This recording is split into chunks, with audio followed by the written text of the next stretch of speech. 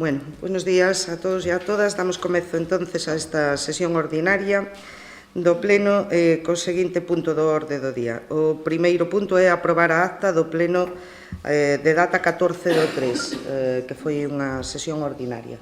Votos a favor? O segundo punto é dar conta dos decretos dos meses de xullo e agosto do 2018.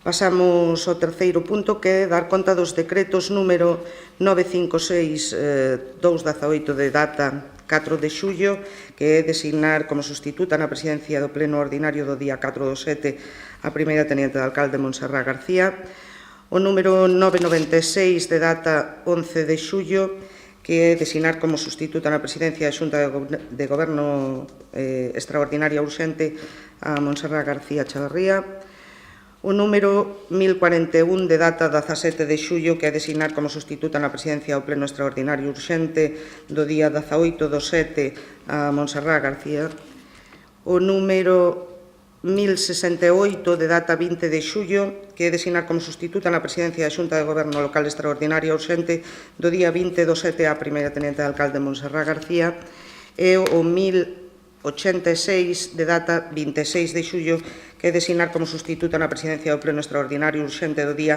26 do 7 a Montserrat García Chavarría. Pasamos ao seguinte punto, que é a aprobación do expediente de suplemento de crédito e crédito extraordinario financiado con novos ou maiores ingresos número 45-2018. Bo día. Neste punto trátase de dotar de crédito a 3 proxectos que xa aprobamos neste salón de plenos, se non recordo mal, no mes de Nadal do ano pasado, que serían a mellora da pavimentación e servicios na Rúa Narón por importe de 170.000 euros, a mellora da seguridade vial na AC564 en Goente e a reparación e mellora da Pedrafita e Somede. Son, sumado todos, o importe casi que medio millón de euros, 493.133,73. Estes proxectos, xa digo, foron aprobados no mes de Nadal e agora trátase de dotar de crédito porque isto provén, os proxectos pertenecen ao POS Plus e están financiados co proxecto co plan de aforro e investimento aprobado na Diputación da Coruña. Entón, a achega que lle corresponde a este Concello sirve para financiar estes 3 proxectos. E o único que facemos é aprobar ou dispoñer deste crédito ou generar este crédito no orzamento deste ano para poder seguir coa licitación destes 3 investimentos. Intervencións?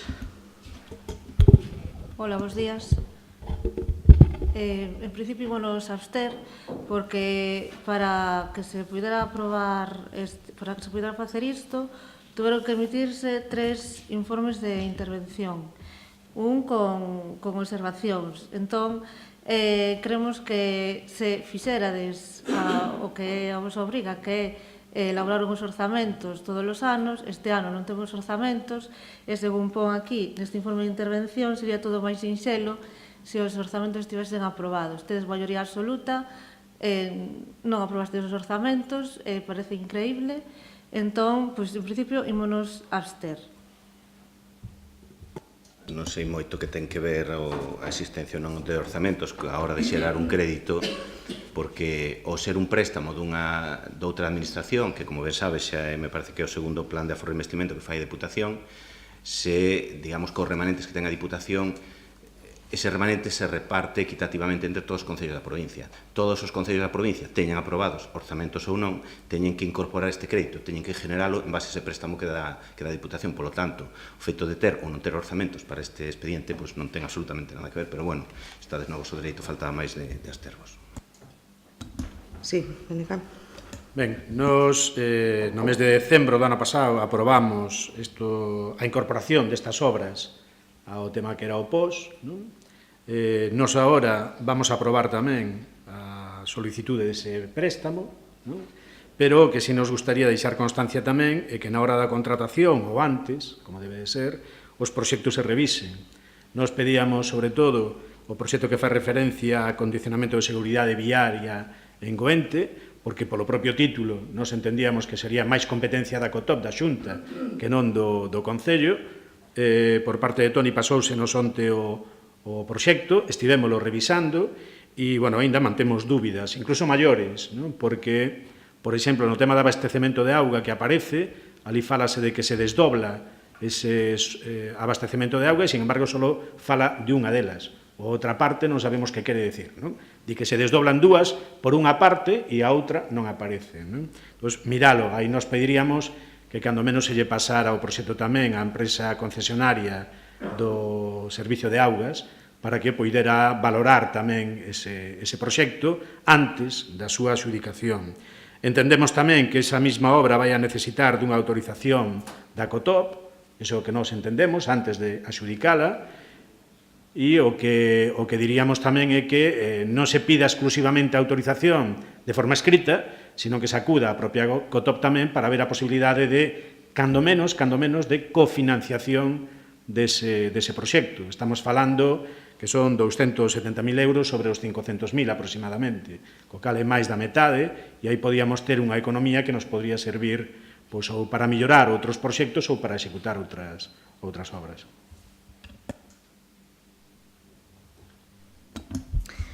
Bueno, pois témolo en conta aquí, revisaremos entonces eses proxectos e veremos as posibilidades que hai.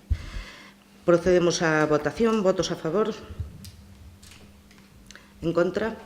Abstencións?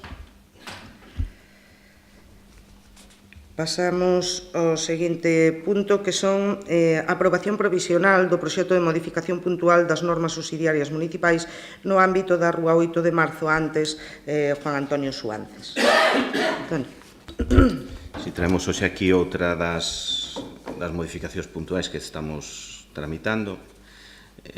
Neste caso é a da zona da antigua Rúa Juan Antonio Suánces, hoxe 8 de marzo, recordando un pouco cal é o obxecto desta modificación puntual e, digamos, axeitar a realidade ou axeitar efectivamente a norma urbanística á realidade actual. Sabedes que no seu día, donde no Canal 4 estaba prevista a zona de equipamentos, orográficamente non era moi axeitada para dotar, digamos, o Concello e a unha asociación como é a Xanela dun espacio onde poder desenvolver a súa labor, e se optou por unha zona máis axeitada. Entón, o que se fai é cambiar a zona de equipamentos e esa edificabilidade para o sitio que se entende que é máis axeitado, se regularizan os metros cuadrados de zonas verdes, se baixa un poquinho a edificabilidade sobre a que había, pero sempre mantendo a edificabilidade suficiente por si for necesario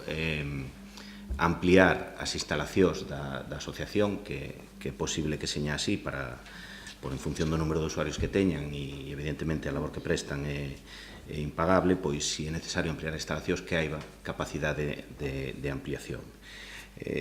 Aprobamos inicialmente esta modificación puntual de normas en maio do ano 17, evidentemente se pide durante 2 meses somete a información pública, se piden os informes correspondientes sectoriais da Confederación Hidrográfica Miño-Sil, que di que eles non lles toca nada aí, se fatura provincial de telecomunicacións, que non pon pegas, delegación de goberno igual, e a Diputación que non emite informe. Despois, evidentemente, a través da Consellería de Medio Ambiente e Territorio, se pide un informe e pide ela aos diferentes organismos, neste caso, Dirección Xeral de Emergencias Interior, Instituto de Estudios do Territorio, Dirección Xeral de Patrimonio Cultural, máis os concellos limítrofes, que tampouco ven ningún inconveniente. A partir de aí se retoca a documentación por parte dos redactores do proxecto, se fan os informes correspondientes aquí no Concello. Se vedes o informe, pois hai varias presentacións de documentación por parte do equipo e varios informes, neste caso do arquitecto municipal, que detecta diferentes erratas e que evidentemente se corrigen hasta chegar a unha documentación que en teoría non ten ningún en teoría, vamos, desde un punto de vista nin urbanístico nin legal, ten ningún inconvinte. As erratas que se detectaron pois se corregiron e é o que sometemos a pleno. Neste, sabedes que é un acto de trámite, o último que corresponde a este pleno deste Concello, sería unha aprobación provisional e despois xa quedaría a aprobación definitiva por parte da Xunta.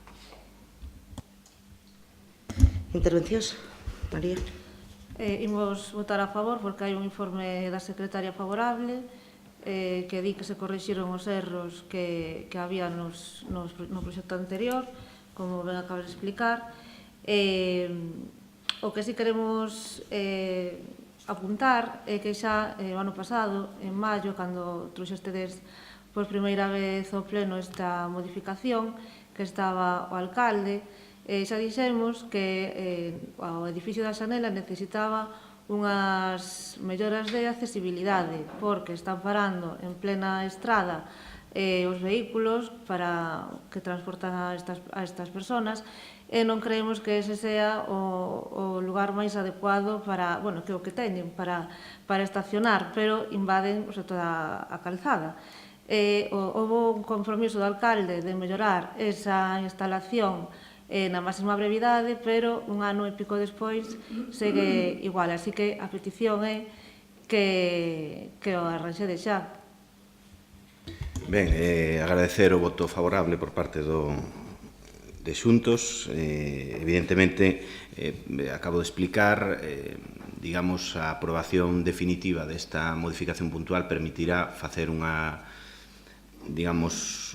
operación integral na zona.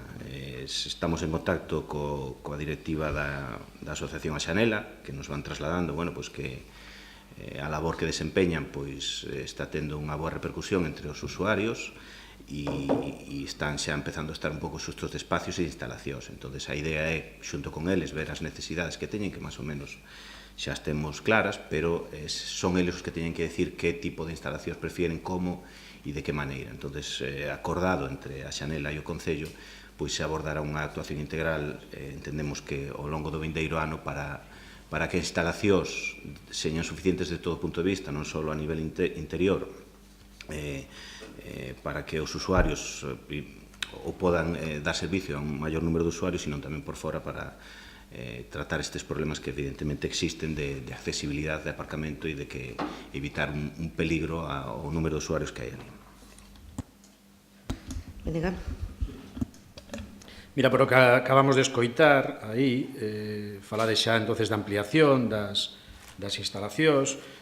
Unha pregunta, tería capacidade ese terreo para poder asumir aí o proxecto comprometido con Xanela e por parte do Concello do denominado Centro de Atención Integral a persoas con discapacidade?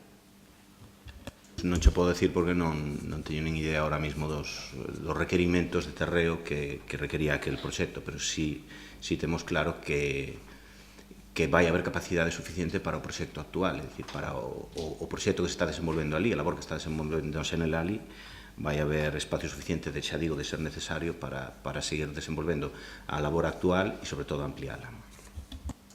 Bueno, non é certo que no mes de maio, xa fai casi 2 anos, pois votamos a favor desta modificación. Neste momento, os informes que aparecen, sobre todo de tipo urbanístico, obríganos a ser cautos nas nosas decisións, porque falan de unha ocupación de edificabilidade que resta ao resto de edificacións que se poidan facer tamén na propia Canle 4. Nos sabedes que a nosa proposta sería situar aí na Canle 4 a residencia de maiores. Entendemos que isto pode, de alguna maneira, ter unha influencia negativa sobre ese proxecto ou poder dar limitacións que nós en este momento non vemos, pero que con esta aprobación sí podrían vir. E, por outro lado, ademais de hipotecar esa posibilidade da residencia de maiores no Canle 4, pois estaríamos tamén dándolle unha opción á Xanela, que si ben, como te dís, a directiva parece que ten contacto con vos, entendemos que a solución que se plantexa desta forma non é a solución que se necesita.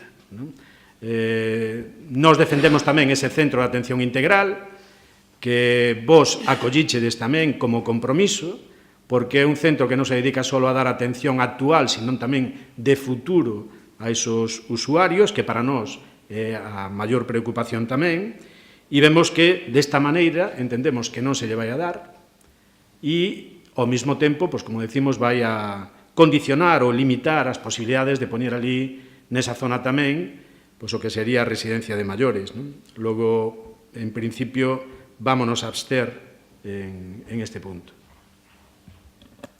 Simplemente puntualizar que, evidentemente, o Centro de Atención Integral pois, é un proxecto loable, evidentemente. Había bueno, como ben sabes, había unha serie de compromisos, non só por parte do Ayuntamiento, sino por parte de outros organismos que, ao final, se viñeron abaixo e impediron o desenvolvemento do proxecto tal e como estaba plantexado. Evidentemente, é un proxecto que está sempre aí en riba da mesa, como pode ser o do xeriátrico, a ampliación da gardería e outros moitos que tamén, en fin, todos estamos presentes. O que non, este equipo de goberno que entende que non se pode un centro de atención que está funcionando polo retorno que nosotros temos extraordinariamente ben, tanto por parte dos usuarios como por parte das familias, e tamén funciona que se quedou pequeno, pois se está funcionando, que hai que facer é tratar de poñer os medios para que siga funcionando tan ben como todo agora, e se hai que facer un esforzo para que de ampliación de instalacións, pois evidentemente vaise facer. Que iso hipoteque outro tipo de proxectos na zona da Canle 4 entendemos que non, porque sempre se pode facer máis modificacións urbanísticas que poidan permitir un desenvolvemento. Entonces, nosotros pensamos agora que eso está funcionando e que hai que darlle unha solución. Non é que de momento seña un problema ou que estén funcionando con problemas, pero é evidente que tanto os directivos como os traballadores dali como os usuarios detectan que se está quedando escaso o espacio e a prioridade que nos move agora a hora de facer esta modificación puntual.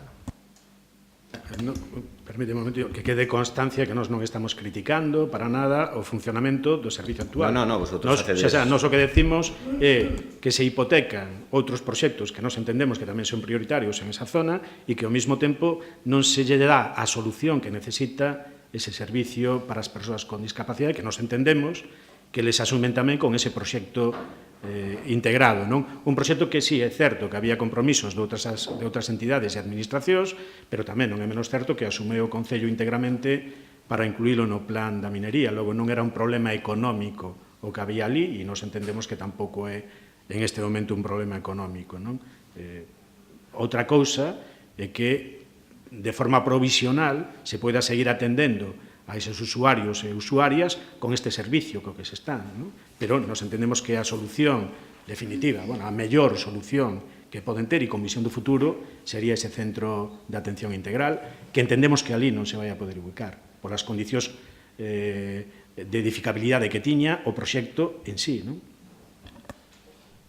Estou de acordo contigo nese sentido, que sempre hai solucións millores, ou, desde logo, eu xa entendo que neste caso o concepto de atención que se está prestando agora non ten nada que ver co proxecto que estás comentando, son proxectos completamente distintos e tampouco son incompatibles, porque, en fin, digamos, o concepto de proxecto e de atención non ten nada que ver, pero que si temos claro, e sin desbotar de cara ao futuro o outro proxecto de atención integral, o que temos claro é que non podemos permitirnos o luxo de, vendo que un servicio que está prestando actualmente e de xeito satisfactorio, pero vendo que pode empezar a ter problemas a non moi longo prazo, pois deixalo correr. Entonces, posto que xa están ali ubicados e posto que non tería moito sentido plantexarse un traslado, pois o que plantexamos é isto inmediatamente. De cara a futuro, pois evidentemente seguiremos traballando no resto dos proxectos. Ben, procedemos á votación. Votos a favor? Abstencións? Ben, acabada a parte dispositiva, pasamos ao apartado de control. Hai varias mocións presentadas. Hai a primeira, moción para demandar do BNG, moción para demandar a dimisión ou cese do cuarto tenente de alcalde concelleiro delegada da área de infraestructuras. Votamos a inclusión na orde do día. Votos a favor? Sí, BNG. Bueno, imagino que a moción non causa sorpresa, porque nós vímoslo reclamando desde que se poñen as denuncias en riba da mesa e desde que nos reclamábamos tamén a situación dese expediente, xa fai tempo con isto, non? Pero, bueno, para nós, digamos que o definitivo, pois a resolución por parte do Concelleiro de Urbanismo do expediente sancionador con respecto á actuación que tivo o Concelleiro de Obras, non? Un expediente que reconoce que hai unha infracción de tipo urbanístico grave e que nós, como poñemos na moción, pois entendemos que non é compatible co seu cargo público, non? O que temos que lamentar tamén é que non esteña o alcalde, porque, bueno, nos demandámoslo xa públicamente que debería de estar aquí, en este momento tamén, porque en caso de que o concelleiro non quera presentar voluntariamente a súa dimisión, pois nos o que lle pediríamos é ao propio alcalde, que foi que non nomeou, pois que o cese, non? Dos seus cargos, cando menos, non? E esa é a proposta que temos. Sí, xuntos. Nos estamos de acordo coa moción que presenta o BNG. Sinxelo, existe un expediente sancionador con unha resolución sancionando. Non é que sea un motivo calquera, senón que é unha causa moi grave. Polo tanto, xa por ética, debería de dimitir unha vez que se conoce a resolución do expediente. En todo caso, e dado que é o concelleiro delegado de área de infraestructuras, o que se espera dele dar exemplo ao resto da veciñanza, e máis na zona onde se encontra esta edificación, na que vos mesmos, no equipo de goberno, estades promovendo un plan para a conservación desas edificacións no seu estado original, rexeitable de todo que se permita que este concelleiro actúe desta forma. Polo tanto, estamos de acordo coa moción presentada co BNG e imos votar a favor. Sí, pola nosa parte, sí, evidentemente, como di Kiko, non nos sorprende para nada a presentación da moción. En calquera caso, tampouco debería sorprender aquí a resposta. Evidentemente, claro que por parte do compañeiro Rebolo, personalmente pode presentar a dimisión cando queira. Evidentemente, nosotros, nin o alcalde, nin o equipo de goberno o compartiríamos, pero sería unha decisión personal del. Non o vai facer. Evidentemente, a partir de aí, quen pode exixir esa dimisión ao alcalde, que non só non ya vai pedir, sino que encima está agradecido polo traballo desempeñado desinteresadamente polo compañeiro durante todos estes anos. Os compañeiros, o resto de compañeiros que estamos aquí do equipo de goberno, apoiamos absolutamente ao compañeiro Rebolo e vamos a votar evidentemente en contra desta moción. Bueno, ten razón que non nos sorprende, non? Ten razón. A vosa postura, non? Nos poderíamos agora, en este momento tamén, entrar a falar do tratamento que se lle deu a esta situación desde o voso punto de vista, que xa se foi un tratamento de amparo de toda a situación irregular que levaba consigo as obras do concelleiro nas vivendas do poboado das Veigas, que, por certo, está sembrando o que está sembrando tamén.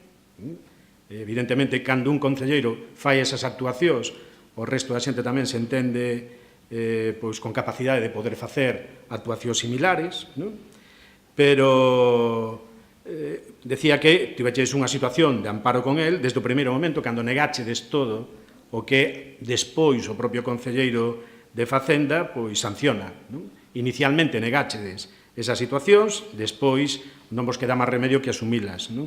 E digo que non vos queda máis remedio, é curioso tamén que no propio expediente de infracción urbanística se incluían determinadas obras, non todas, como dixo o propio concelleiro aquí nun pleno, admitindo que fixera obras a maiores. Esas obras a maiores non aparecen despois analizadas ou avaliadas no decreto de infracción e moito menos tamén no de sanción. Tampouco vamos a entrar a valorar que só se teñan en conta atenuantes e non agravantes que tamén aparecen no propio regulamento, como a súa situación de cargo público. Eso tamén podría ser un agravante. O conocedor dos feitos tamén podría ser un agravante e non se tiveron en conta.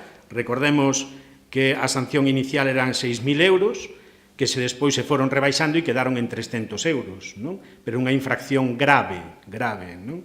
Digo que tampouco nos sorprende moito, aínda que choca un pouco, porque xa sin ir a temas de valoración partidista, vos tedes un comportamento que imagino que asinades un compromiso ético que asignades todos cando vos presentades ás eleccións municipais, e ese compromiso ético que se pode sacar da páxina do web do propio PSOE, pois fala de conducta íntegra, concretamente di: teño a vontade irreductible de manter unha conducta íntegra, non? O interés xeral prevalece sobre o meu interés particular, non? Fala tamén de que se ocupara un cargo público, que é o caso, faríao con honradez, exemplaridade, non? Nesa función. Se ocupara un cargo público, promoverei tamén a aprobación e a aplicación de códigos éticos de exemplaridade, de cumplimento de elevados principios éticos. Bueno, todo eso é o que vos asignades dentro do que se chama o Código Ético do PSOE, non? Si eso é compatible ca situación que estamos a valorar hoxe aquí, bueno, pois vosotros o veredes tamén. É unha cuestión interna, evidentemente, non? Pero, bueno, nós entendemos que a situación non debería de ir moito máis aló, non deberíamos de ter nin chegado aquí, Nos entendemos que o propio concelleiro debería de tomar xa esta decisión con anterioridade no momento en que existen as denuncias por parte de particulares, non? Pero, bueno, se ora encima o que nos decides tamén é que o propio alcalde avala esta situación, bueno, pois, aló vos, se o que queredes trasladar é unha actuación pois que é libre de cancelas para quen está no cargo público, pois aló vos, non? Tampouco, xa digo, non nos sorprende en vista do que ocurre. Irémolo vendo neste pleno, eso esperemos, non? Que teñamos tempo de irlo vendo neste pleno, cando vayamos vendo tamén o capítulo de rogos e preguntas, e veremos as vosas actuacións, co cal, en todo o paquete, pois non pode sorprender que en este caso vos, que teñades un compañeiro como concelleiro que ten unha infracción urbanística grave, non? Pois o avaledes, non? E entendades que non pasa nada, que poida seguir, pois, bueno, aló vos. Nos entendemos que eso non se pode permitir, pediríamos xa que o fixera de forma voluntaria, como ponemos no primeiro punto, e se non é o caso, pois que quen ten o control da situación, que é o alcalde, aínda que seña a distancia, pois que o execute tamén, non?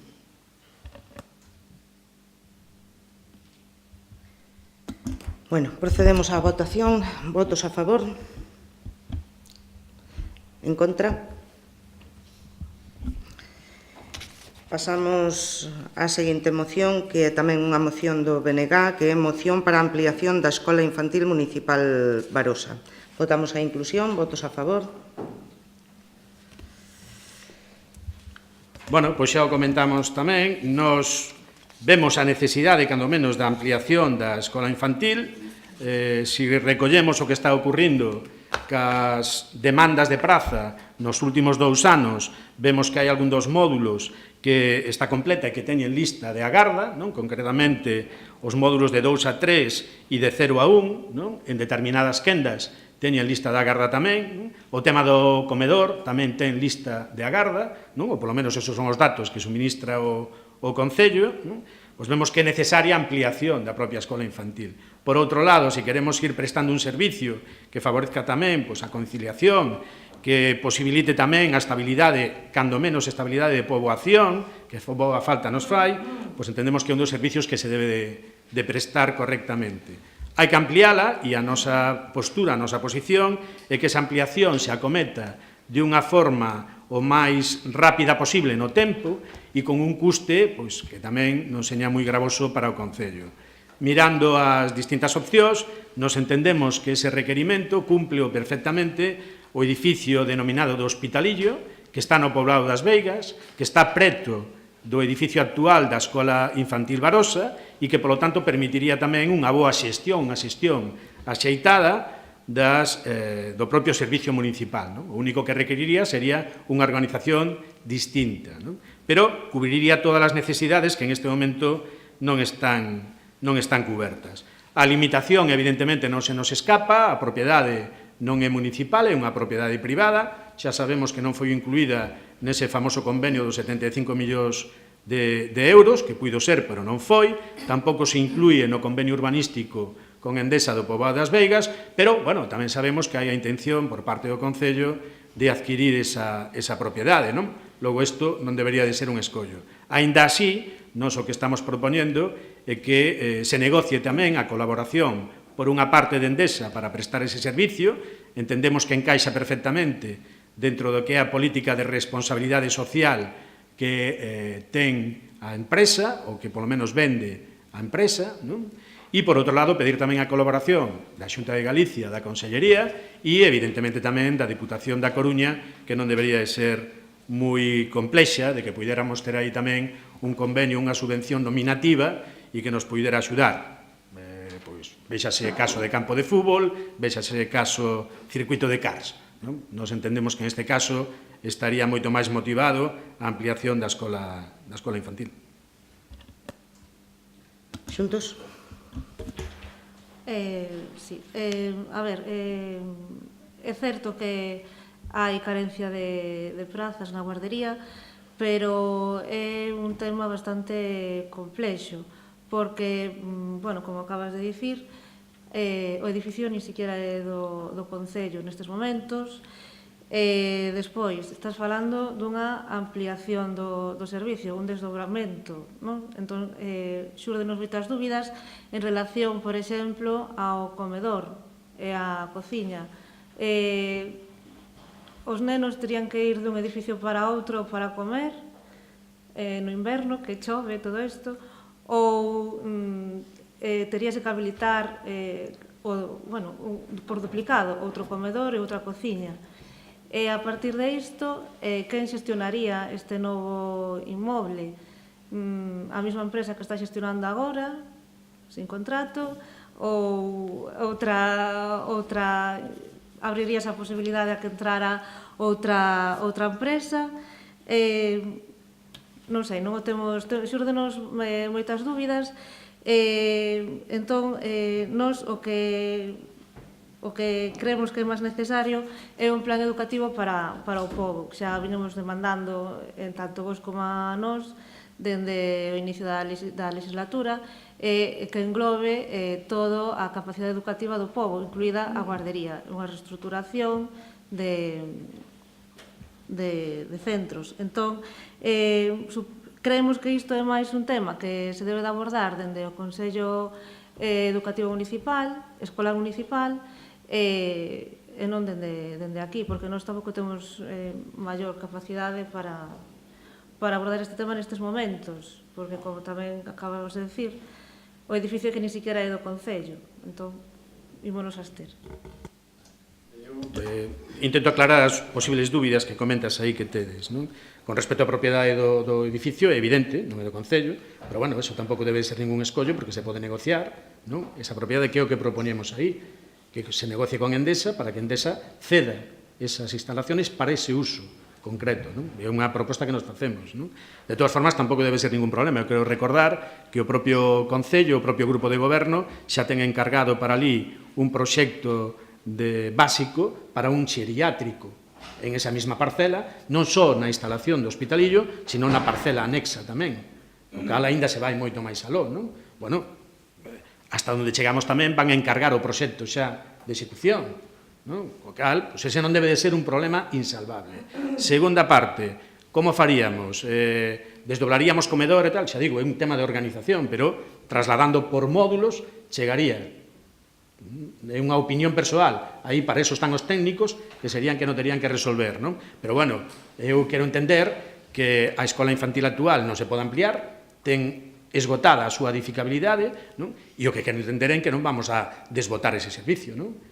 Por moito plan que podamos facer, quero entender, o BNG quere entender, que esa instalación está aí, estáse reformando, estáse executando obras ali, e non vamos a coller dentro dunhos anos e pechala.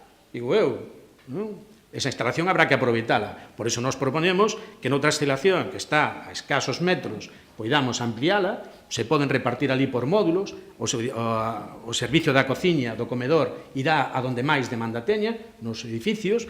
Estaríamos eliminando tamén a problemática de aparcamento que existe en este momento, só hai que ir ali cando hai que ir a recoller aos rapaces e rapazas e ver a bronca que se monta cos aparcamentos, que non chegan. Desta maneira estaríamos tamén dándolle solución.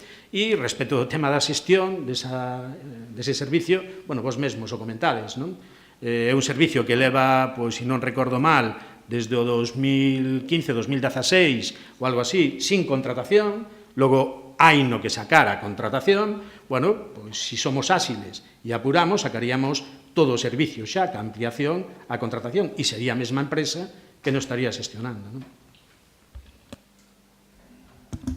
Alguna... nada? Alén. Bueno, bons días. Bueno, como ben dixo Kiko na súa última intervención, son descoñecedores que por parte do grupo de goberno a intención é no que é o edificio que denominades o Hospitalillo, o antigo Hospitalillo do Pobo das Veigas, pois é que se alberga ali o xeriátrico municipal. Polo tanto, nós o que non imos é a hipotecar as instalacións do Hospitalillo para a ampliación da escola infantil. E non queremos decir con elo que non estemos de acordo ca ampliación da escola infantil. Pero para elo baraxamos terrenos colindantes á actual escola infantil, porque, como ben decía María, por cuestións de logística, é moito máis lóxico que este é o máis preto posible. Entón, estamos barallando terreos colindantes totalmente coa escola infantil para facer esa ampliación. Por elo, pois, nós imos a votar en contra desta moción, porque non imos a hipotecar o futuro da instalación das Veigas, que é onde vamos a instalar o xeriátrico municipal, e, como repito, baraxamos outros terrenos colindantes para a ampliación da escola infantil. Esa é unha novidade do vosso posicionamento sobre o uso desas instalacións, xa o temos, aí chocamos frontalmente, non?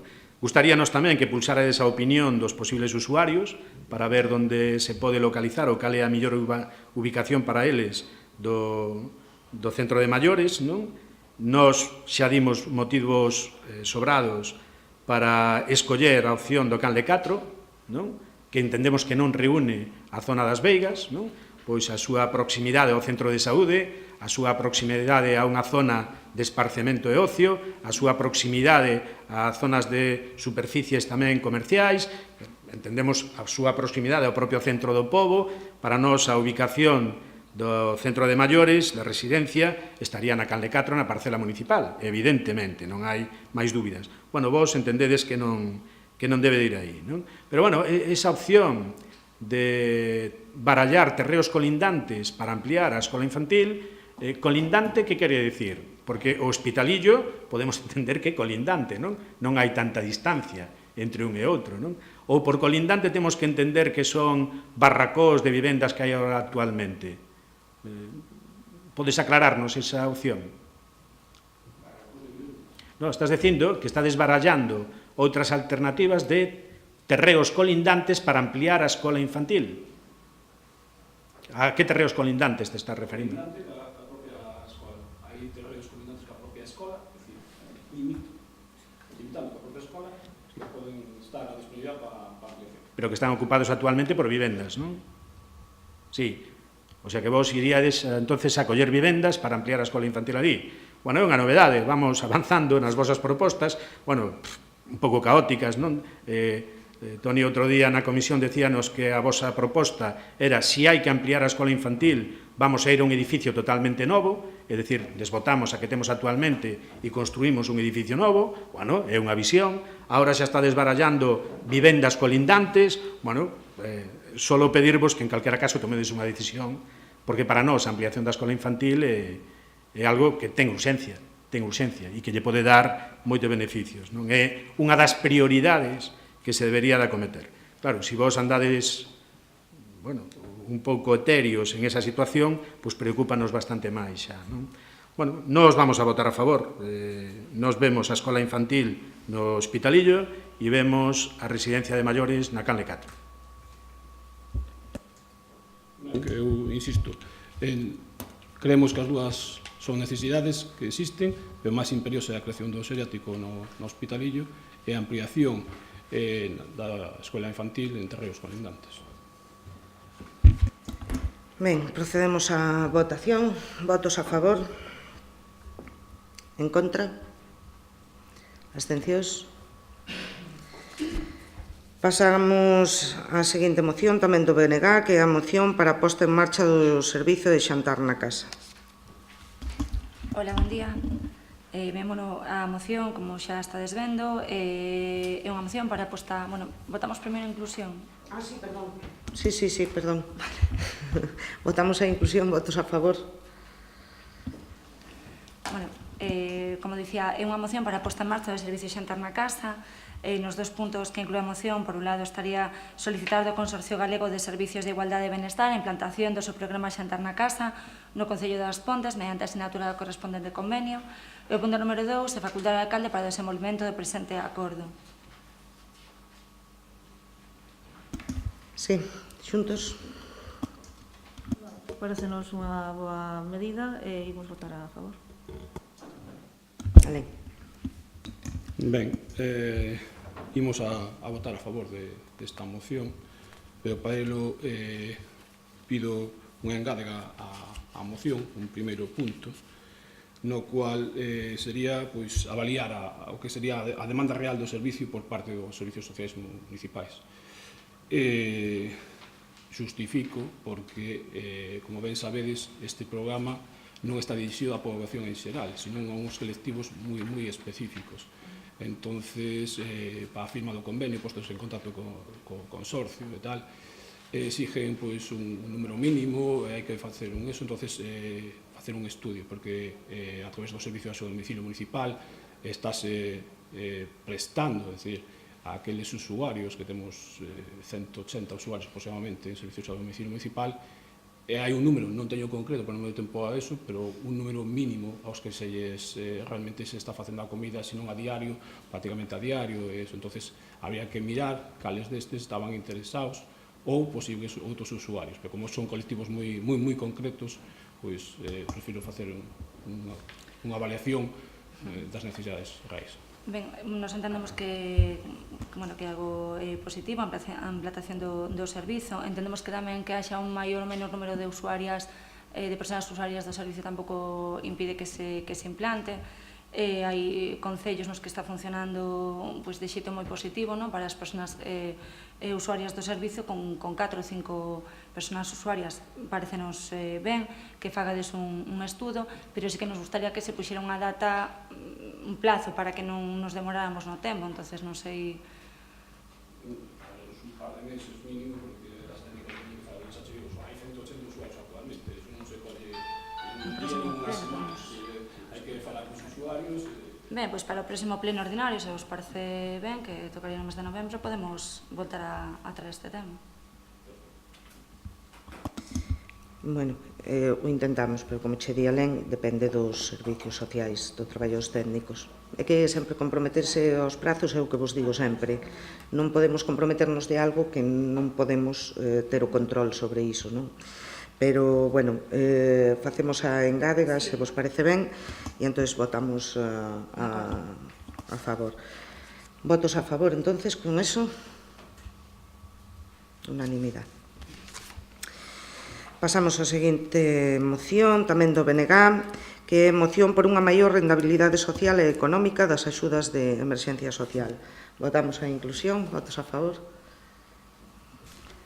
Ben, pois como di a moción, sería, por un lado, establecer os procedementos internos necesarios que permitan ás persoas destinatarias das axudas de emerxencia social para facer efectivas en calquera comercio local que así o decidan as persoas usuarias, e, por outro, facultar ao alcalde para o desenvolvemento do presente acordo. Non sei se foi no último, no anterior pleno, faláramos do tema da trouxera desa ordenanza de emerxencia social, e xa en comisión falarase do tema de diversificar para que non tiveran que facer a compra única e exclusivamente nunha gran superficie, que podían diversificar esa compra para tamén contribuir a mellora do comercio local, e que tamén se podera as persoas usuarias comprar onde las decidiran.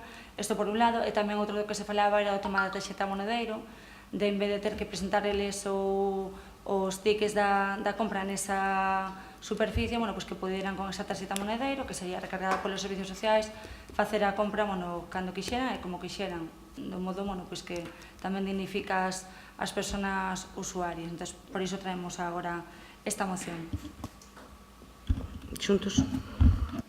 Imos votar a favor, porque, como acabas de decir, xa o falamos cando estuvemos na redacción da ordenanza de emerxencia social, xa quedaron comprometidos, bueno, me pareceu a min que quedara comprometida a técnica de servicios sociais en poñerse a traballar en este asunto. Polo tanto, sí que creemos que sería moi beneficioso, principalmente para o comercio local, o diversificar os lugares, os establecementos onde se pode mercar. Ben, bueno, sorpréndeme, decir, imos a votar a favor, lógicamente, non? Pero sorpréndeme porque, bueno, o que explicou Silvia e o que ben acaba de dicir o da María, a ordenanza de emergencia social entrou definitivamente en vigor o 1 de agosto, trouxose a pleno aquí, houve comisións nas cuales aportastes, nas cuales, como dixo María, adquiriuse o compromiso de facer ese estender ao máximo de establecementos comerciales que estén interesados, lógicamente, pois que se canxeen ali estas axudas para as persoas. Tamén, como decía ben Silvia, falouse da tarjeta monedeiro, calquera dos dous temas pois están adiante, están en marcha, é dicir, tanto as técnicas xa se puxeron en contacto con varios establecementos comerciais como que se falou co tesoreiro para que a través da algunha das entidades bancarias que traballa o Concello a implantación da tarxeta monedeiro. Neste momento o tesoreiro está de vacacións, a súa incorporación retomarase o tema e, como os digo, por parte das técnicas estáse xa traballando nese tema. É dicir, sorpréndeme no feito de que é un compromiso adquirido que non fai tanto, fai un mes escaso que entrou en vigor, estáse traballando, como dixo ben Silvia, sobre todo a parte do vale de alimentos sustituído por unha tarxeta monedeiro que dignifica as persoas, lógicamente estamos totalmente de acordo, con o cual seguiremos traballando nesa línea e esperemos que máis pronto que tarde este isto implantado. Ben, procedemos entonces a votación. Votos a favor. Unanimidade. Pasamos á seguinte moción, que é unha moción que presentou o Grupo Socialista sobre da problemática que existe actualmente coa invasión de xabalís, non? Perdón. Pois está... Sí. Pois puxémola o 10, o luns. O luns. Nós temos a costume de mirar ao ventres que cando pecha o prazo para subilas, non? Non teño ningún problema en retirala se queredes vela con calma, quero decir... Evidentemente preferiríamos. Sí? Bueno, pois retirámola, se vos parece, para que teñan tempo. De todas formas, está presentada, repito, o luns pasado ás 12 da mañá. Pero que entonces as de xuntos, por exemplo, están presentadas, María... Sí, pero un problema que tiveron no registro. Por un erro de plataforma. Pero cando as presentachedes ao final? O luns pola mañá. Pero envíenas por correo electrónico o venres a todos os portavoces, todos os grupos. Eu por exemplo, enviáchemas tamén por correo electrónico. Eu, por exemplo, non as vin o luns cando as presentou, é dicir, por esa regla de 3, entonces, tampouco aceptamos as de xuntos que están presentadas tamén o luns. Que facemos, Kiko? Non, é cosa de vos, que son os...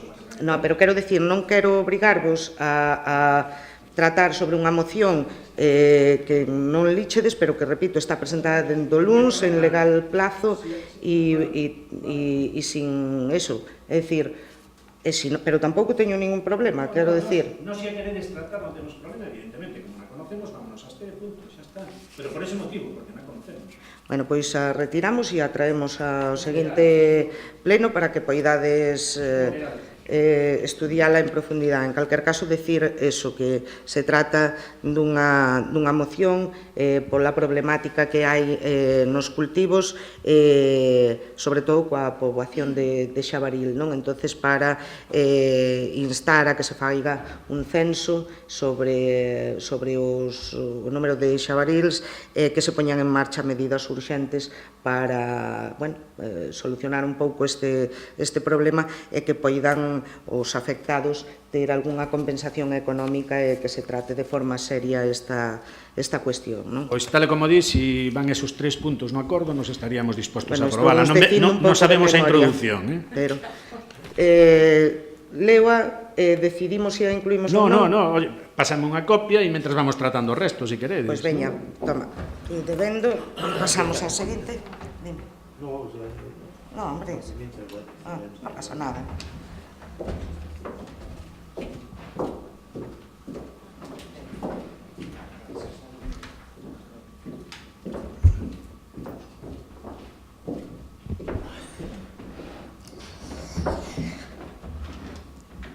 Bueno, continuamos entonces. Non sei por que están así. Bueno. Continuamos cas do BNG. Estamos aquí, o orden están as xuntos. Igual, bueno, pois veña. Pasamos entonces a moción de Xuntos por as Pontes de pecho do concesionario Motorcar, estafa comercial e despedimento colectivo. Votamos entón a inclusión na orde do día. Votos a favor. María. Sí, esta moción trae causa en relación con outras que xa se veñen presentando noutros concellos das 3 comarcas, a causa do feche do concesionario Motorcar, que vende vehículos marca Opel e marca Suzuki, na que hai máis de 40 afectados, entre eles unha familia das Pontes, que ten o seu vehículo abonado, pero que aínda non recibiu desde fai casi un montón de meses. Entón, o que queremos poñer de manifesto é que a día de hoxe se vense os propietarios de vehículos marca Opel conseguiron un acordo coa marca Opel para que lles dera os vehículos. A día de hoxe aínda quedan 6 afectados sin recibir o vehículo. Entre eles, deses 6, a maioría son persoas que teñen unha discapacidade e as que se lles prometeu que en primeiro lugar serían as que se lles entregarían os vehículos en primeiro lugar. A día de hoxe están sin recibir os seus vehículos. E ademais, tres propietarios de vehículos marca Suzuki, cos que a empresa Suzuki non chegou a ningún acordo cos compradores e que nestes momentos están nunha situación de indefensión total e absoluta porque contrase sin cartos e sin coche. Ademais, os traballadores deste concesionario tampouco teñen solución ás súas reivindicacións e a continuidade do concesionario está a día de hoxe tamén no aire. Non hai ninguna proposta para continuar con este concesionario que sería moi beneficioso para toda a comarca. Entón, demandamos que se adopten no pleno os seguintes acordos. Manifestar o apoio do Concello das Pontes ás persoas afectadas, clientes e traballadoras polo peche de Motorcar, concesionario de Opel e Suzuki na comarca de Ferrolterra, Eume e Ortegal, e reivindicar a viabilidade do concesionario para a comarca. En segundo lugar, instar ao propietario do concesionario de Motorcar, a Opel e a Suzuki, na parte correspondente, que acaden un acordo prexudicial satisfactorio cos clientes, cos traballadores e cos proveedores. En terceiro lugar, poner a disposición dos clientes e dos traballadores as ferramentas que precisen para a defensa dos seus dereitos. En cuarto lugar, mellorar os sistemas de prevención e control administrativo público para que non se repitan situacións como esta, porque os afectados pagaron os seus vehículos a esta empresa, pero non se sabe onde van eses cartos, cal é o destino deses cartos. En quinto lugar, desenvolver unha campaña de información sobre os dereitos das persoas usuarias de servicios nos que o Concello das Pontes teña competencias e as ferramentas de defensa destes dereitos que lles concede a Lei de Bases de Réxime Local. En sexto lugar, facer un chamado aos concellos da comarca coa finalidade de que se sumen a este pronunciamento. Sí, Benega. Sí, nos imos a votar a favor da moción presentada por Xuntas. Bueno, adiantando que o noso voto tamén vai a ser favorable, decir que, efectivamente, como decía María, bueno, son moitos os afectados. Decir tamén que agora mesmo a situación é que prácticamente a totalidade dos afectados de Opel xa recibiron os seus vehículos, estánse recibindo a unha media de 3-4 vehículos diarios a través de un acordo co que se chegou con un concesionario de Coruña, pero tamén é certo que vai un pouco dilatado no tempo por temas de matriculacións e demais, non? Concretamente me comentaban que esta mesma semana se entregan 3 e que só quedarían pendientes outros 3. Estamos a referir do tema concretamente da Opel. Pero tamén é certo que hai afectados, concretamente 3 afectados, e un deles veciño das Pontes, coa marca Suzuki, non? Dende a Diputación, o propio alcalde de As Pontes, o presidente da Diputación, se puxo en contacto coa Dirección Xeral de Opel España, co director general. Tamén mantuvo conversas tanto coa Dirección Xeral de Consumo como con outros grupos políticos para que os afectados foran recibidos polos distintos grupos políticos no Parlamento, e de feito así o fixeron tanto o grupo de Marea como o grupo do BNG como o propio grupo socialista. É dicir, que tanto a nivel político como a nivel dos propios afectados, pois se fixo un traballo importante para dar un pouco de sentido, poñer un pouco de sentido común en toda esta desfeita, non? Agora mesmo nos consta que a Dirección Xeral de Consumo vai manter unha xuntanza o luns coa Dirección Xeral de Suzuki España en Madrid para tratar tamén o tema, a cuestión dos afectados, dos 3 afectados de Suzuki. Decir que, como facedes mención na vosa moción, poñer todos os mecanismos que están á nosa disposición para eses afectados, que afortunadamente, como digo, pois agora mesmo habería 9 afectados, 3 que van a recibir os seus vehículos esta semana, 3 que quedarían pendientes para a vindeira semana da marca Opel e 3 de Suzuki. Pero, non o que temos pois é a oficina da OMIC, pero agora mesmo pois as competencias do Concello en este conflito pois son mínimas, non? Está en outros estamentos, está que é a quen lle corresponde e a quen realmente ten que actuar, en este caso que é a Dirección Xeral de Consumo, que, como digo, o está a facer, non?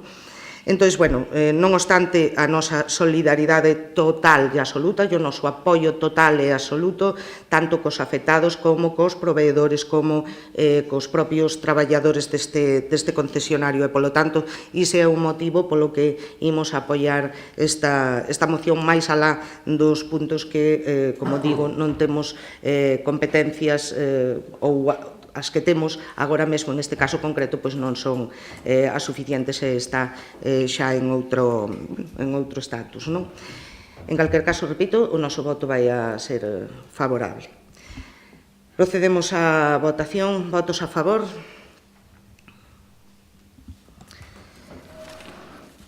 Pasamos á seguinte moción. Copia de esos a última hora. Desta moción, dices, todos xuntos.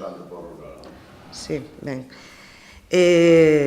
Pasamos, entón, á seguinte de xuntos, por seguir un pouco así o orde, que é defensa da calidade e independencia dos medios públicos de comunicación audiovisual de Galicia.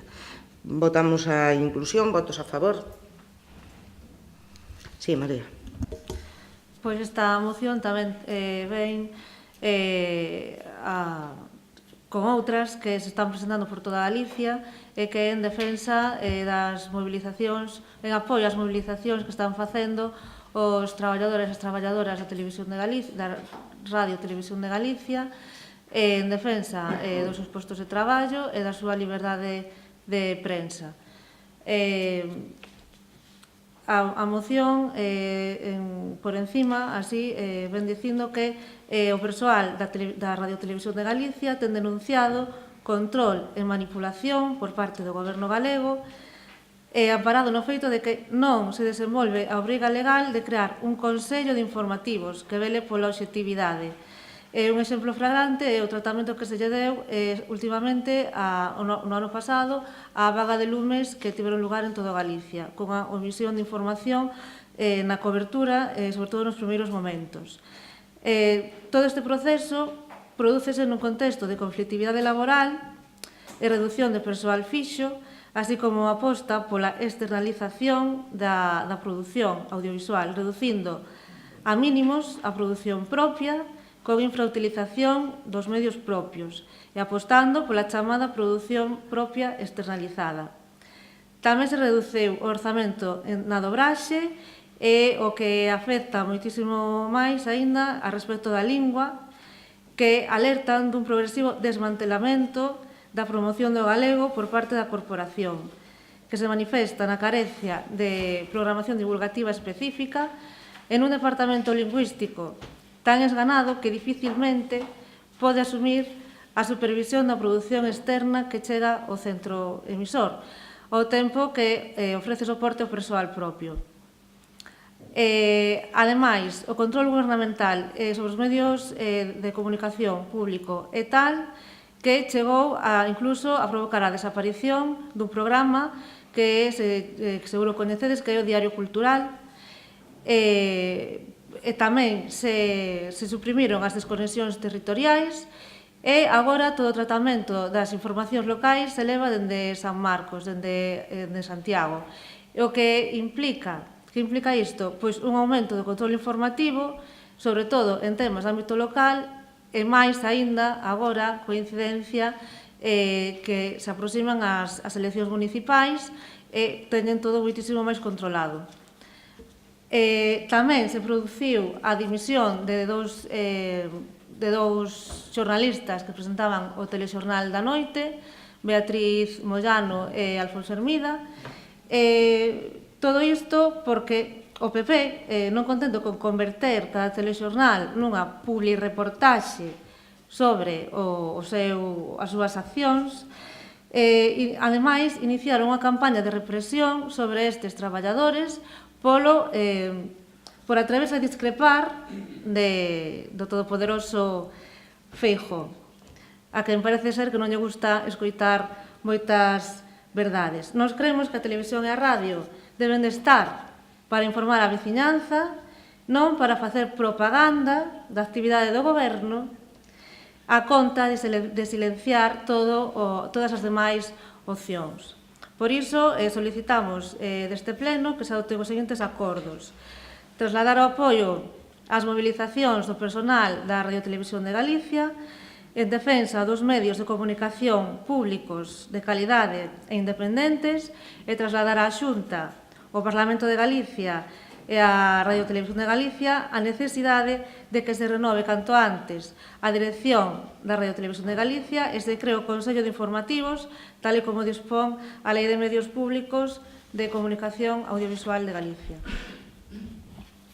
Sí, Benega. Sí, nos imos votar a favor desta moción que, como ben di María, foise presentada por distintos partidos políticos ao longo do país. A nosa postura neste sentido de total apoio ás traballadoras da Radio Televisión de Galiza, porque ademais, dos dereitos que teñan como traballadoras, acreditamos nunha prensa libre, nunha prensa plural, independente, non só na Radio Televisión de Galiza, sino en calquera medio de comunicación, seña, en este caso, sobre todo, se é o medio público. Falamos tamén das televisións locais, non? Onde os traballadores e as traballadoras deben ser homes e mulleres libres, onde a información sexa obxectiva, efectivamente, onde non se converte a información nun publireportaxe, co cal imos votar a favor desta moción. Bueno, nós tamén imos apoiar esta moción, como non podía ser doutro xeito, non? Creo que todos coincidimos que nunha sociedade democrática a liberdade e a independencia dos medios de comunicación ten que ser o lóxico e ten que ser así, non? Inda que desgraciadamente pois en moitos casos pois non o é, non? Pero está claro que na radio e nunha televisión pública como é, neste caso a televisión e a radio galegas, pois non pode ser de outro xeito. Temos que apoiar e velar, sobre todo, e fomentar que efectivamente sexan uns medios libres, con independencia e plurales. Por lo tanto, imos apoiar. Votos a favor.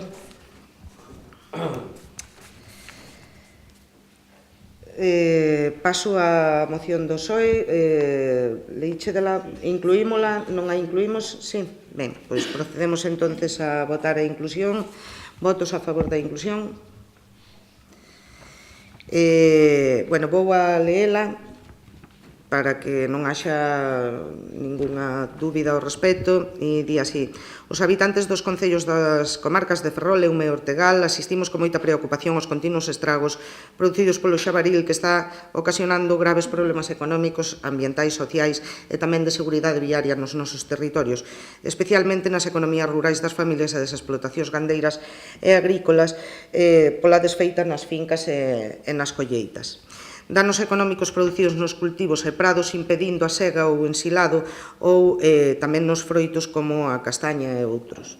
Danos medioambientais no propio terreo ao provocar arrastres de capa vexetal cara aos ríos, afectando o marisqueo nas zonas de costa e a proliferación de malas ervas, xerando un incremento no uso de herbicidas. E tamén competencia desigual con outras especies que cada vez teñen menos recursos disponibles, poñéndoas en risco de desaparición, as aves e micromamíferos, e mesmo riscos sanitarios polo contagio de especies domésticas como a tuberculose ou a peste porcina.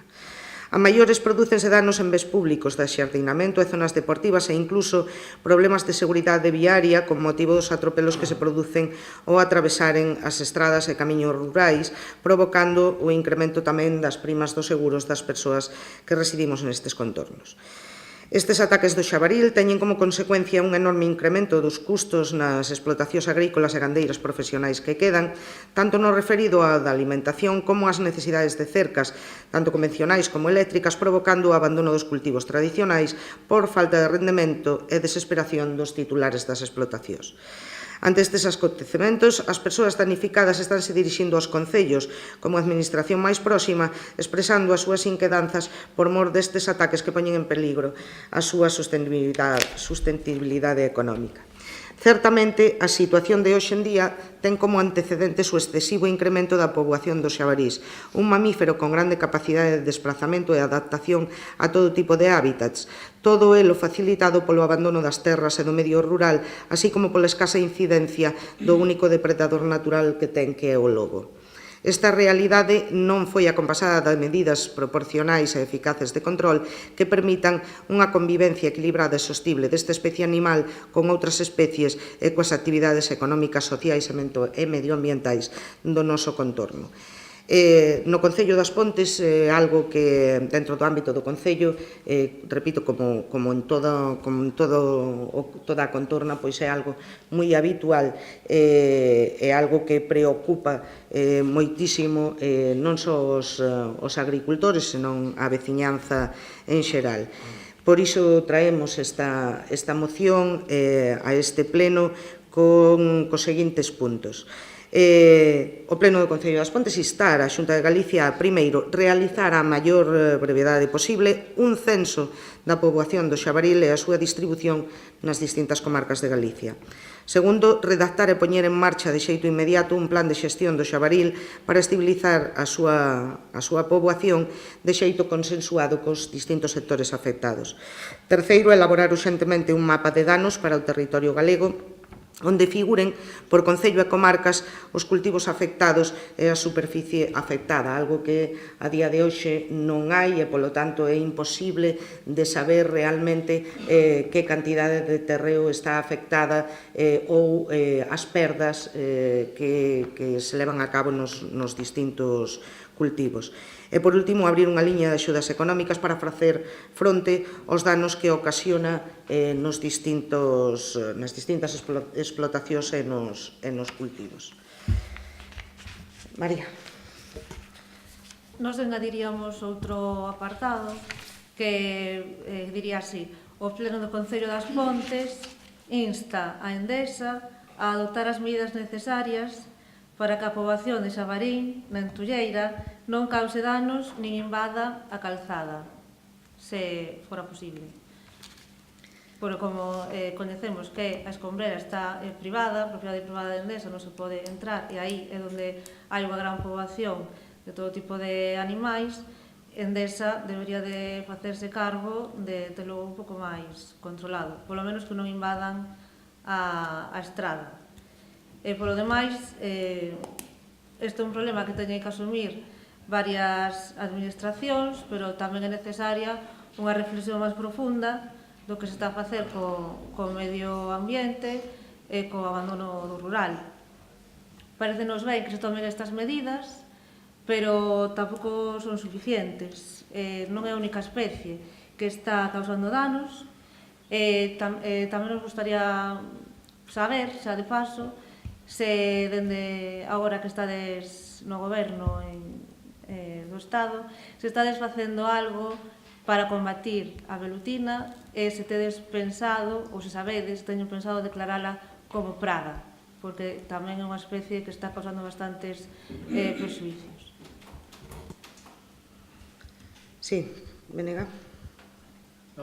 Nos, aínda que faríamos algunha corrección, sobre todo na terminoloxía que se utiliza, por exemplo, Xuntos acaba de utilizar tamén o tema de ataque, nos non vemos a utilización dese término moi axeitada, non? Pero, bueno, en calquera caso vamos a votar a favor, non llevemos tampouco ningún problema, cando menos na parte dos acordos. Ben, pois contestando a María, dado que fai estas puntualizacións, a ver, Endesa é certo, sin quitar que hai unha población importante de xabaril na escombreira, é coñecido por todos e por todas que é así, pero tamén é certo que Endesa ten vaiada a propia Entulleira. Que se produce en invasión nas carreteras é un feito, pero tamén se producen en Culleredo e non chega ali a escombreira de As Pontes, é dicir, sin quitar a importancia que ten, sin quitar o feito de que efectivamente hai unha población importante de xabaril na escombreira.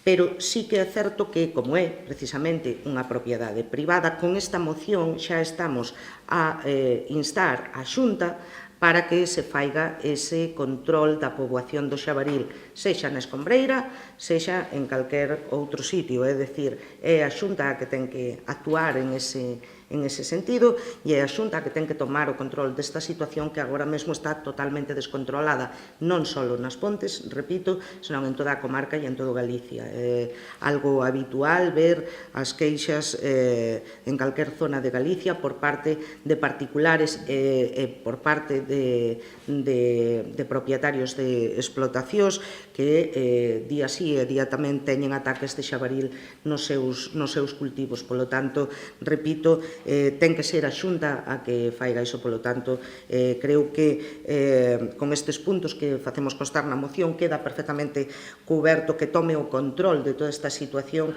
e que faga un censo de xabaril e que tome as medidas que sexan necesarias tamén para ter un control sobre a cantidade de superficie afectada polo xabaril e que poña en marcha axudas económicas que palíen de algún xeito, pois non lles vai a devolver os cultivos, pero alo menos que palíe as perdas que poidan ter estes gandeiros e estes agricultores. E non sei se o Goberno do Estado, María, agora que estamos no Goberno do Estado, como ti dis, non sei se vai a declarar a velutina como praga, en calquer caso non é unha cuestión desta desta moción, pero sí que é efectivamente unha praga, que hai moitísimos problemas coa velutina e que tamén é unha xestión que ten que facer a propia Xunta de Galicia e que para iso ten habilitado uns teléfonos para que nos poñamos en contacto todas aquelas persoas que teñan a coñecemento de que hai un niño de velutina. Repito que, en calquer caso, é unha cuestión, teño que decir que a Casa do Mel de As Pontes, concretamente, a xente da Casa do Mel, pois está a facer en ese sentido na velutina, na loita contra a velutina, un traballo, eu diría que totalmente inconmensurable, por utilizar unha palabra, porque están a traballar continuamente para poñer freno a isto, pero non só retirando niños que o están a facer tamén, non de maneira totalmente desinteresada, cando a Xunta ten un mecanismo e ten unha empresa que se ten que facer cargo da retirada. Bueno, pois neste caso, concretamente no Concello das Pontes, a Casa do Mel acude sempre que lle é posible de xeito totalmente desinteresado facer a retirada, pero que ademais traballa moitísimo, leva moitísimo tempo, anos xa, traballando na prevención da vespa velutina. E está a facer unha labor moi importante tamén en ese sentido, e ademais sempre pon o punto de mira e pon o foco especialmente na prevención, que é fundamental que todos os veciños e veciñas nos poñamos as pilas en canto á prevención, porque despois é tarde. E recordo tamén que se fixeron aquí xuntanzas con todas as asociacións veciñais auspiciada pola propia Casa do Mel, para que puxéramos en marcha todos os mecanismos que foran necesarios para a prevención na época da primavera, porque despois era tarde, nos íbamos a encontrar coa situación que actualmente nos atopamos, que é importante. Polo tanto, repito, non é o tema desta moción, pero xa que faz mención, pois quería poñer de manifesto, sobre todo, o agradecemento á Casa do Mel e ao traballo que desenvolven dende a Casa do Mel de As Pontes, que son un punto de referencia non só no Concello das Pontes, senón en toda a comarca respecto da loita contra a praga da velutina. Procedemos á votación última, sí. Simplemente decir que se declara como praga, se destinaría unha serie de medios e de recursos para combatila, e sí que é certo que os traballadores, a xente colaboradora coa Casa do Mel está facendo un traballo de verdade extraordinario, pero dotándose de medios dende o Estado, non terían que traballar deste xeito encima de gratis. Por outro lado, volvendo a Endesa, de acordo que a Xunta faiga este censo, pero hai poucas propiedades en toda Galicia tan grandes como a Escombrera. Endesa, como propietaria, debería de facerse responsable do que ten dentro da súa propiedade. Eu espero que sea así, e penso que é así, pero, bueno, repito, non, eso respecto ao tema da praga é algo que se nos escapa, nos non podemos declaralo como praga neste Concello, pero sí podemos poñer o punto de mira sobre esa labor que fai a Casa do Mel, e sobre todo poñelo tamén na concienciación de toda a veciñanza nesta loita contra a praga velutina, que ten que ser a praga contra a vespa velutina, e sobre todo que ten que ser unha labor moi importante de prevención, sobre todo na época en que hai que facelo, e é a época da primavera, que cando está aconsellando a propia Casa do Mel de instalar trampas para intentar loitar contra ele. Procedemos á votación desta moción. Votos a favor. Pasamos á seguinte, que é... espera que agora perdí. Esta está. Moción para demandar informes xurídicos sobre da reclamación pola vía xudicial da débeda do Plano do Carbón 2006-2012. Votos a favor da inclusión. Sí, BNK.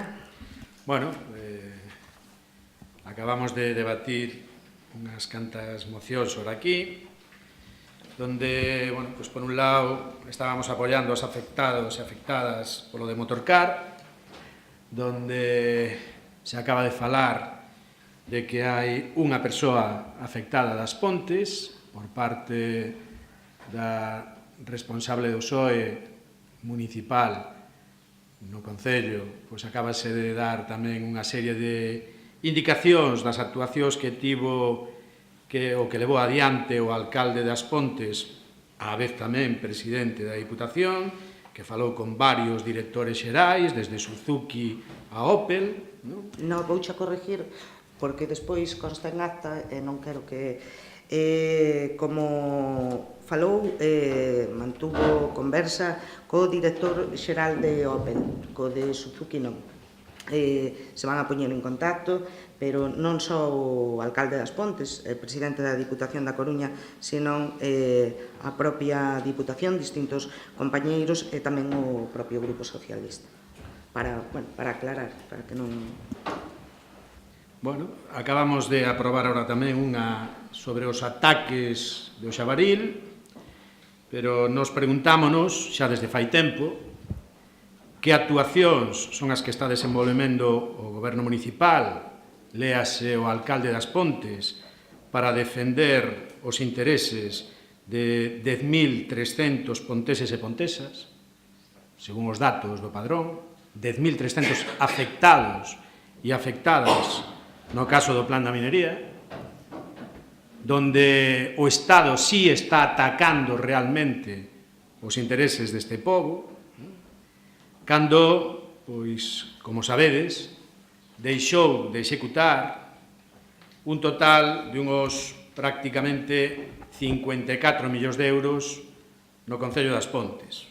Por facer memoria, porque a veces vaise perdendo, entre elas un edificio multifuncional, que eran 5 millóns, unha actuación no polígono dos Airíos, que eran 2.800.000, unha actuación na zona de Rebardille, que eran 800.000, un equipamento de servicio para PEMES, 1.400.000, un xeriátrico, 5.700.000, desenvolvemento do solo industrial en Penapurreira, casi 24 millóns de euros, a estrada Iríos Momán, 1.200.000, equipamento de zona deportiva Canle 4, 600.000, museo da minería, 2 millóns, melloras no polígono de Penapurreira, 227.000, adquisición de terreos na Parral para a promoción de chan industrial, 3.852.000, EDAR polígono de Penapurreira, 1.400.000, centro integral para persoas con discapacidade, 1.900.000, saneamento en Villermas Piñaredo e primeira fase de Bermui, 363.000, paseo fluvial Lago As Pontes, Casilla a Limpadoiros, 2.280.000 euros. Bueno, como digo, suman en torno a 54 millóns de euros. O plan rematou o 31 de decembro de 2012. Nos levamos presentado ali onde temos presencia multitude de reclamacións por todas as vías. Aquí, que tamén temos presencia, levamos presentado desde mocións a rogos e preguntas. E, evidentemente, vamos a insistir hasta que se aclare realmente cal é a situación con estes 54 millóns de euros e, sobre todo, de quen é a responsabilidade. Porque a veces xa un empeza a dubidar onde realmente está a responsabilidade desta perda de 54 millóns de euros. Bueno, o que propoñemos desta volta xa foi algo que xa falamos noutros plenos, que ademais non ten un custe para o Concello, porque botaríamos man de servicios que xa ten contratado o Concello e, por outro lado, de servicios que acude habitualmente o propio Concello para outras finalidades tamén, desconocemos por que non ten feito para esta, e o que propoñemos logo é que se faiga xa dunha vez por todas, logo de 6 anos, un informe xurídico por escrito, donde se nos indique si é viable a reclamación xurídica destos 54 millóns, si non é viável que se nos diga por qué, e en caso de ser viável que se nos digan as condicións, para despois tomar decisións. E iso, baixo o noso punto de vista, pódeselle pedir ao gabinete xurídico que xa ten contratado o Concello para estas finalidades, ten o contrato desde o ano 2016, de momento que non sepamos, informe por escrito sobre este asunto, nunca o fixo, ou non o vimos.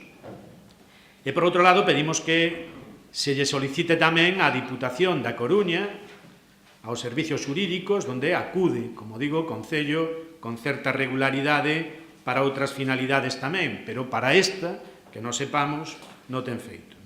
Logo, a nosa proposta sería demandar, e ademais con carácter de urxencia, esos 2 informes para que despois poidamos tomar posición o resto de forzas políticas tamén. Sí, María. Sí, imos votar a favor desta moción porque creemos que é necesario este informe porque, Ana, xa dixetes aquí en varias ocasións que dispoñías de informes ou de asesorías, pero nós nunca coñecimos o contido deses informes.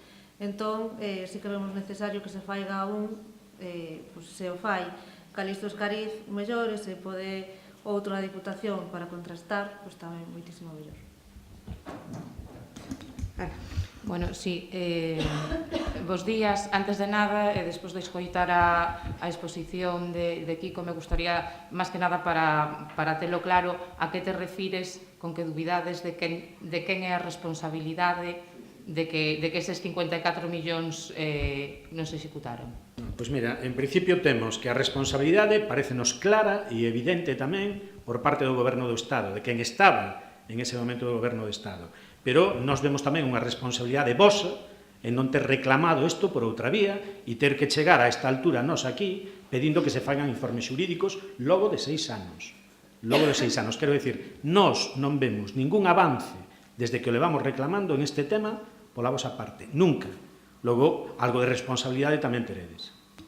Vale, o noso voto vai a ser en contra, pero antes de nada sí que me gustaría aclarar eso. Fixemos, non son 54, xa o falamos algunha vez, son casi 100. Porque o primeiro plano da minería, donde vosotros estabades gobernando, tampouco se reclamou judicialmente, Kiko. Entonces, entendo que, según o teu punto de vista, tampouco fixestedes nada para que as Pontes se lle integraran esos 45, creo que eran naquel momento, ou máis, millóns de euros que se tiñan comprometidos no primeiro plan. Bueno, como decía, o noso voto vai a ser en contra, é un tema que xa debatimos en diversos plenos, e, no que xa expuxemos o noso punto de vista, non? Cando desde o Goberno Central e desde a Xunta de Galicia se deixa de facer seguimento do plan do carbón e se deixa de convocarnos á mesa do carbón, o que fixemos nun primeiro momento evidentemente foi intentar por todos os medios que se fixera esa convocatoria. Fixemos escritos conxuntamente, individualmente, co Concello de Cerceda, que era o outro concello que formaba parte desa mesa do carbón, con comisións obreiras e UXT que tamén estaban, que tamén formaban parte desa mesa, e nun primeiro momento non se atendía a ningunha das nosas peticións. Persoalmente falamos con, neste caso era Taoces, o que era responsable na Xunta deste tema, e o que nos trasladaban era que non tiñan ningún tipo de información desde o Goberno Central, que era a parte responsable deste plan, non? Nese mesmo momento, e xa o comentamos aquí, o que fixemos foi dirixirnos a un gabinete que ten experiencia neste tema e que coñece perfectamente, ou que son os que mellor poden coñecer o plan do carbón, porque evidentemente é un tema complexo. Non son litixios que calquera gabinete de abogados teña todos os días. Tuvemos varias reunións en Madrid, se explicou aquí, en esas reunións se nos explicou cal era a situación. Creo que a trasladamos aquí en diversas ocasións.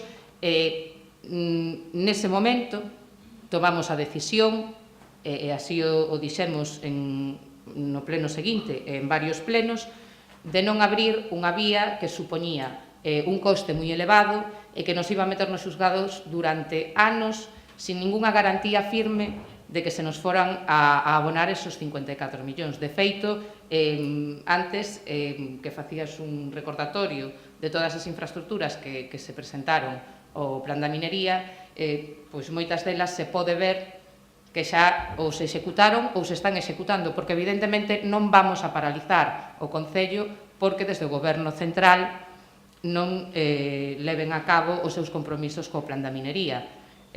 O Concello vai a seguir adiante. Nese momento tomamos a decisión, como decía, de continuar intentando manter unha reunión co Ministerio, pois que é quen ao final vai a tomar a decisión sobre ese plan, sobre todo, e máis que nada, para coñecer o seu punto de vista, porque nunca nos los trasladaron tampouco. E foi a decisión que nese momento se tomou. Ahora, evidentemente, a situación cambia moito en sentido moi favorable para nós. O cambio de goberno nos abre as portas dos ministerios, porque antes as tiñamos cerradas. Todas as reunións que se nos concederon hasta o momento foi con técnicos que nos atendían moi ben, que eran moi amables, pero que non tiñan ningunha capacidade de decidir. Quen decide é o Ministerio, é o Goberno Central. Evidentemente, agora, desde as Pontes, sí temos comunicación directa co Goberno Central e sí temos a posibilidade de que se nos reciba para falar deste tema. De feito, é algo que xa tratamos telefónicamente, que xa nos confirmaron que nos van a recibir, e o que non nos parece de recibo é iniciar un proceso xudicial cando estamos solicitando unha negociación con eses membros, non? Entonces, como decía ao principio, o noso voto vai a ser en contra. Nada máis. Bueno, información xa por enésima vez. Volves ao teu argumentario, que tes ben aprendido, sobre o plan da minería anterior. No plan da minería anterior, nos acreditamos tamén que Galiza e as Pontes saíron perxudicadas do reparto que houve. Un reparto que se fixo en base a unha fórmula establecida polo Ministerio de acordo cos sindicatos estatais, UGT e comisións. E a aplicación desa fórmula daba que a Galicia lle tocaba menos do que lle debería de tocar. Menos. Polo tanto, non houve unha reclamación xudicial porque o criterio aplicado era un criterio político. E o que houve foron reclamacións políticas. En todos os ámbitos, no galego, no estatal e no local. En todos. Eso foi o que se fixo. A situación deste plan, do que estamos a falar, 2006-2012, é totalmente distinta. Vos participáchedes tamén en reunións na Xunta, donde distribuíchedes os cartos que o Estado decía que lle corresponderían ás Pontes. Vos enviáchedes proxectos tamén para executar. E vos, entendo que tamén vos preocupáchedes de por que esos proxectos non iban para adiante. Desa consulta oral, verbal, que ti fixeches cun gabinete xurídico, dinche, ou tes manifestado aquí, que se poderían obter como moito 10 millóns, porque serían os que terían os convenios en inicio de trámite, pero que non se chegaron a tramitar. Polo tanto, vos tedes un criterio algo máis que xurídico, que é un criterio administrativo, porque os cartos estaban distribuídos dende as comisións que se facían en Compostela e nas que vos tomabades parte. Tedes un criterio tamén distinto de político xurídico administrativo, que son os convenios que non chegaron a tramitarse ou a rematarse, aínda que se iniciaron a súa tramitación, e de complexidade nada. É un procedimento establecido e un procedimento administrativo. Polo tanto, non é necesario un gabinete moi específico para que poida facer un informe. Porque, repito, o procedimento está claramente establecido. Aparece no plan e aparece nos distintos decretos e órdenes que o desenvolven. Está establecido. E é un procedimento administrativo. Polo tanto, vos tedes datos de abondo para poder facer unha reclamación que no plan anterior non se puido facer en términos xurídicos porque non se disponía de todo eso que che estou dicindo. A distribución facíana directamente desde o Ministerio e desde a Xunta. O Concello non participaba. O Concello que fixo aquí foi traer un listado de proxectos consensuado entre todas as organizacións políticas que daquela tomábamos parte na Corporación Municipal e envióselle á Consellería para que o tiveran conta, cousa que a Consellería non fixo, evidentemente. Pero foi a única participación que este Concello tivo en ese plan. Non puido ter outra porque non tomaba parte en ninguna comisión, en ninguna reunión, donde estaba vetado por outras organizacións políticas e organizacións sindicais. Eso, imagino que o debes de ter bastante claro. Claro, ahora dis que tomáchedes unha decisión de non ir pola vía judicial. Bueno, tomáchedela vos. O resto de organizacións políticas que aquí estamos presentes e que representamos a unha parte da poboación, non podemos tomar esa decisión. Foi algo que tomachedes vos coa información que vos tedes. Nos desconocemos eso, por completo. Témonos que fiar do que ti nos digas. Non participamos en ningunha reunión. Ahora dis que se vos abren as portas no Ministerio e que aí, bueno, vades empezar a negociar e que tedes moitas posibilidades, non? Bueno, pois mira, primeiro, pedirche que a esas reunións deixedes que vos acompañen voceiros ou representantes do resto de organizacións políticas. Vale? Cando menos para estar presentes e saber o que realmente se fala ali. Eso é o primeiro, que creo que nos corresponde. Logo, que o teñades en conta. Segundo, te lo dito ti moitas veces, unha cousa é a vía política e outra é a vía judicial. Unha non mata a outra. Nós non estamos pedindo que se encete, que se inicie a vía judicial. Nós estamos pedindo que nos den informes, que nos digan, primeiro, si se pode, e segundo, en caso de que se poida, en que condicións, que é o mínimo que debes de ter para tomar unha decisión. E nós esa información, a día de hoxe, 6 anos despois, na temos. Ahora ben, dis tamén que hai parte destes proxectos que xa se está executando. Ampliación de Pena Purreira, 23 millóns de euros. Ten capacidade o Concello das Pontes para executar esa ampliación? Creo que non. E o resto que estades facendo, bueno, pois como facedes, pero con cartos do propio Concello, non de quen chos debe, que é o Estado. É dicir, vos fuches a política de autosuficiencia. Como non teño necesidade de reclamar nada, non reclamo e gasto do meu. Pois eso é unha mala defensa dos intereses de veciños e veciñas, base ao noso punto de vista.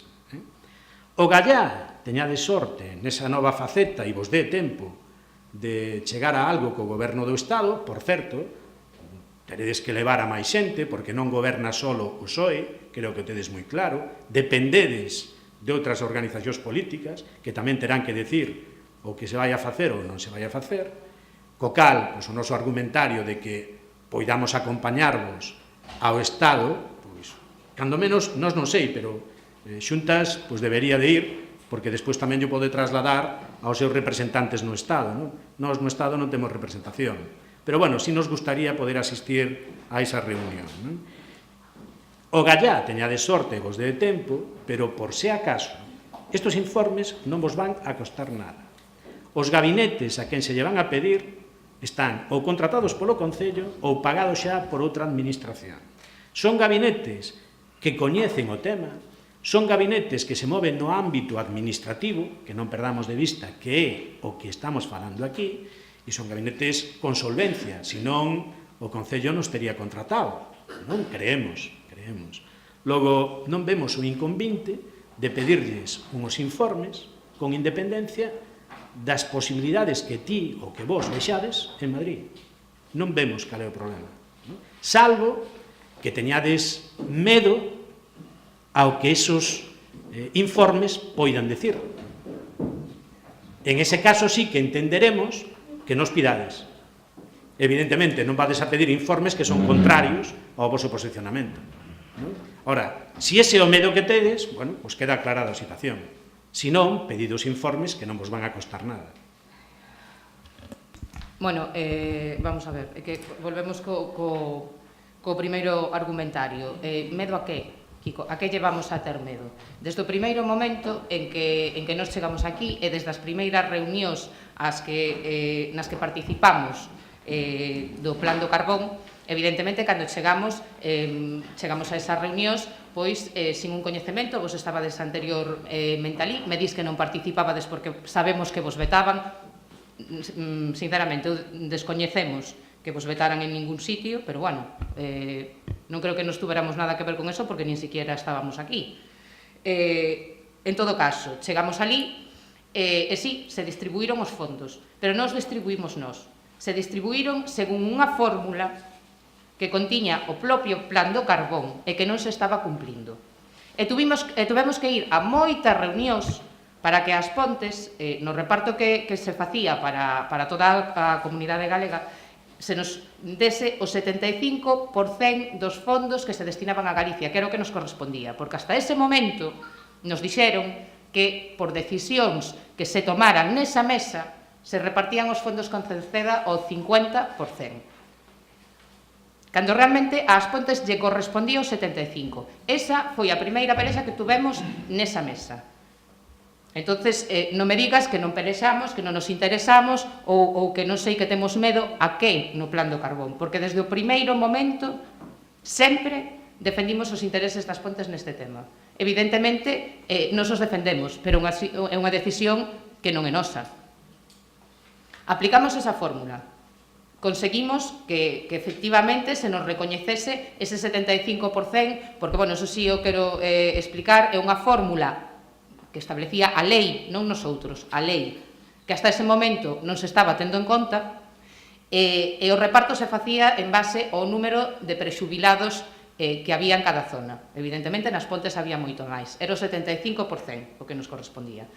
Primeiro pelexamos por eso. Despois, evidentemente, enviamos os convenios, que era a parte que nos tocaba.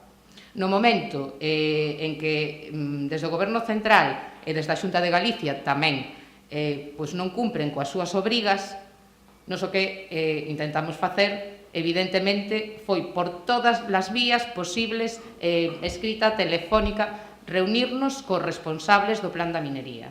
Non nos atenderon.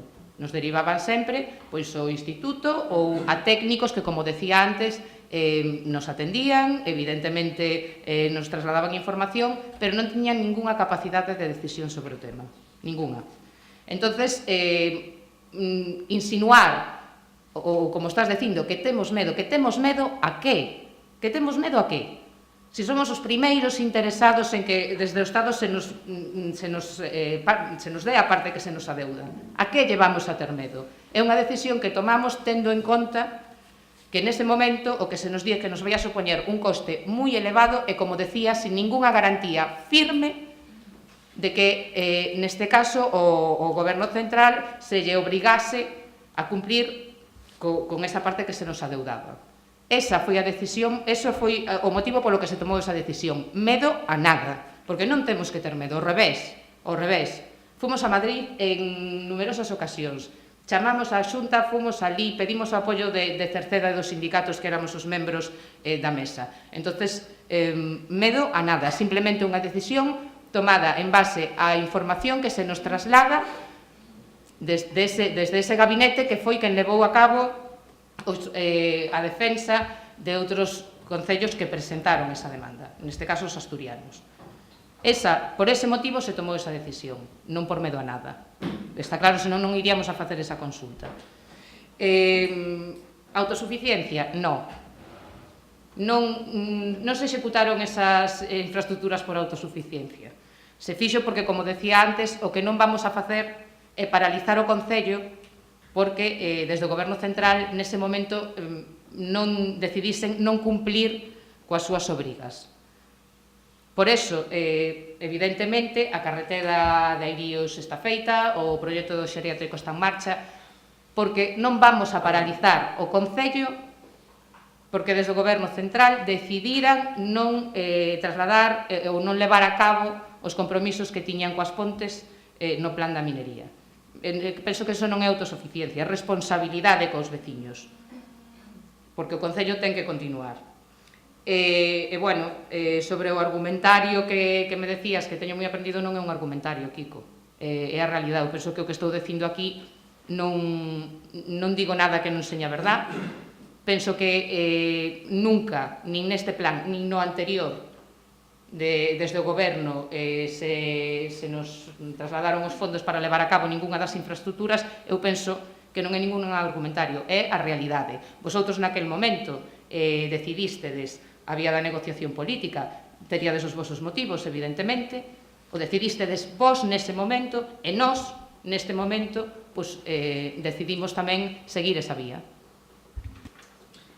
Ben, procedemos á votación. Déxame contestarlle, polo menos. Non, procedemos á votación. Se tens algunha pregunta máis, No, bueno, pero gustaríame contestarlle, porque vexo que ten nervios, Ana, na súa exposición. Estame preguntando... Mira, escoita, Estame preguntando, tú fixache a túa exposición, vale, contestouche a todo o que No, pero fuche estame preguntando plantexando. ahora. Non me estás preguntando? Hai algunha pregunta, Ana? Sí, estame preguntando porque digo que tedes medo. A que tedes medo? Estame preguntando, non? Eso. Estame preguntando... Estás facendo esa pregunta, Non fixen esa pregunta. É retórica, Simplemente retórica. dixenche que non entendía a que llevamos ter medo. Que eu expliquei desde o primeiro momento que nos fixemos esas consultas, que se nos explicou cal era a situación, e en base a eso tomamos unha decisión. Vos, no vosso momento, tomaste desa decisión, vos, de non ir á vía judicial, de seguir unha negociación política, e nós, agora, tomamos a decisión de seguir unha negociación política e non acudir a unha vía judicial porque, como decía, temos o compromiso do Ministerio de recibirnos, de tratar sobre este tema, e simplemente non nos parece coherente abrir unha vía xurídica cando estamos pedindo unha reunión para tratar este tema con eses responsables. No, a ver, acaba de intervir, a mí non me desaches se tes intervir. alguna... A ver, pero é que, a ver, levamos un orden en todas as No, mocións, perdón, verdad? non levas orden. Esta moción deixáchela para o final. Última intervención, Vale, que che sí, conteste Ana, se acabou. pues que me Procedemos á conteste. votación. A ver, repito, E sempre estou facendo excepcións contigo, non ademais. estamos pedindo que se inicie ningún procedimento judicial. Estamos pedindo que se elaboren informes previos para que poidamos tomar unha decisión. ¿No? Dis que vos non lle tedes que ter medo a nada, bueno, pois entonces pide os informes. Non che van a costar nada. Aos veciños non lle vai a costar nada, porque son servicios que xa están pagados. Vos non tedes medo ao que digan esos informes. E son informes que nos poden aclarar moitas situacións. Logo, onde está o problema de pedir os informes? Si nos queres pedir, por qué? Se decía antes, non vamos a pedir eses informes, vamos a votar en contra desta moción, porque, sinceramente, é que non vemos a necesidade nin o fin de pedir un informe para algo que xa está decidido que non se vai a levar a cabo. Ben, procedemos agora á votación. Votos a favor. En contra. Ben, acabamos as mocións, pasamos ao apartado de rogos e preguntas. Espera un momento, Dime. Organizamos un pouco isto de outra maneira, porque nos na carpeta dos asuntos de pleno aparecía outra moción. Cal?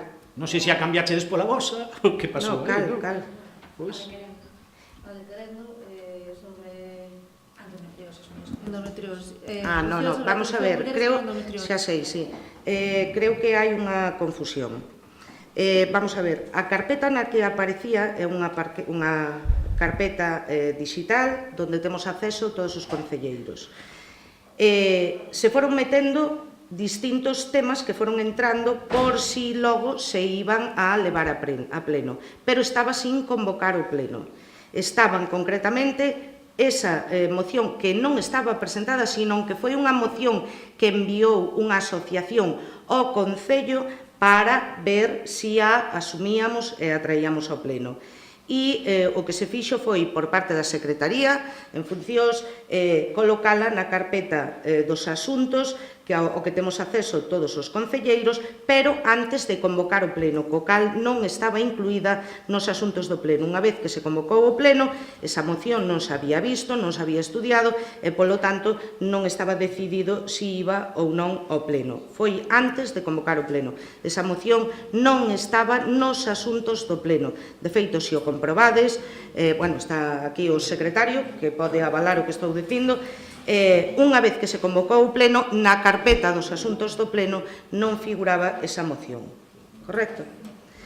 Pasamos ao apartado de... Nos que conste que entendimos que estaba incluída e que se había que asumir, nos asumíamolo. Pero é que... Porque é un tema debatido, como xa sabes. Nos o asumimos, é un tema que vamos a asumir tamén, é unha moción que vai vir a pleno, pero en calquer caso estaba metida na carpeta, pero non incluída dentro dos asuntos do pleno. Estaba incluída antes de convocar o pleno. É unha moción que hai que estudiar e que ao mellor hai que facer algunha emenda, poñerse en contacto ca asociación que a presenta e ver un pouco en que medida podemos axudar e presentar esa moción, que incluso se queredes o podemos falar e pode ser unha moción conxunta por parte de todos os grupos con representación no pleno. Procedemos ao apartado, como digo, de rogos e preguntas. Ten a palabra Xuntos por as Pontes, María. Hola, sí, a primeira pregunta, xa que está aquí no Salón de Plenos o representante do sindicato, da Xunta de Persoal do Concello, queríamos preguntar en relación coa relación de postos de traballo do Concello. Nos aquí preguntamos en varias ocasións, tanto o BNG como o PP como a nós, se se estaba facendo algo, dixestedes que sí, que en canto tiberades o documento que non lo ibades facilitar, pero nunca chegou a nós esta documentación. O que si chegou foi un escrito de alegacións presentado por José Otero Calvo, representante do CESIF na Xunta de Persoal, cunha serie de alegacións sobre a relación de postos de traballo, sobre o documento. Neste escrito falase varias veces da corporación, e a corporación é imposible que participe nese escrito porque, polo menos nós, non tivemos acceso a esa documentación. Entón, xa que está aquí presente, José Otero Calvo, non sei se lle podedes facilitar a palabra para que explique as súas alegacións. Mira, María, vámonos a deixar de cachondeos, vale? Sí, vámonos a deixar de cachondeos porque que me parece algo xa moi fuerte. O sea, fai a pregunta que queiras, no pleno a persona que teña que intervenir o solicita, e se así o considera, tanto a Secretaría como a Presidencia do Pleno, pois interven ou non. Esta persoa que ti te refires non solicitou intervir neste pleno e en calquer caso tú estás asumindo unha pregunta que supoño que plantexaría el ou que vos plantexaría esta persona a vos como grupo político. Polo tanto, fai a túa pregunta e se che contestará. Perdón, con relación a este tema, nós temos pedido unha comisión tamén para falar delo e a día de hoxe tampouco se fixo nada. Nós tamén nos chegou escrito. Vale, que sea un momento para falar dele, non? Vale, pois falamos despois cando sea o teu turno de palabra. Agora vamos a contestar a María e continuamos co orde normal do pleno. Bueno, pois nós o que queremos é que se nos dé traslado deste documento a máxima brevidade, en primeiro lugar. En segundo lugar, que se atenda a solicitude do representante dos traballadores que di que solicita a paralización do proceso e a apertura dun proceso informativo a todos e cada un dos traballadores e traballadoras deste Concello para que poidan ler o documento e poidan aportar alegacións e que o entendan e que sepan a que se refire e como está regulado cada posto de traballo, se é correcto a súa función que está desempeñando agora, coa que ven no documento, etc. Esa é a suxerencia, a suxerencia é que se nos, a petición que se nos dé traslado de xeito inmediato deste documento e que se atendan as peticións do representante do sindicato en relación á relación de postos de traballo. Vale. Ben, a ver. Para empezar, este é un escrito dirixido por parte dun representante sindical á alcaldía. É dicir, pon efectivamente no escrito que se lle dé traslado ou se dará traslado.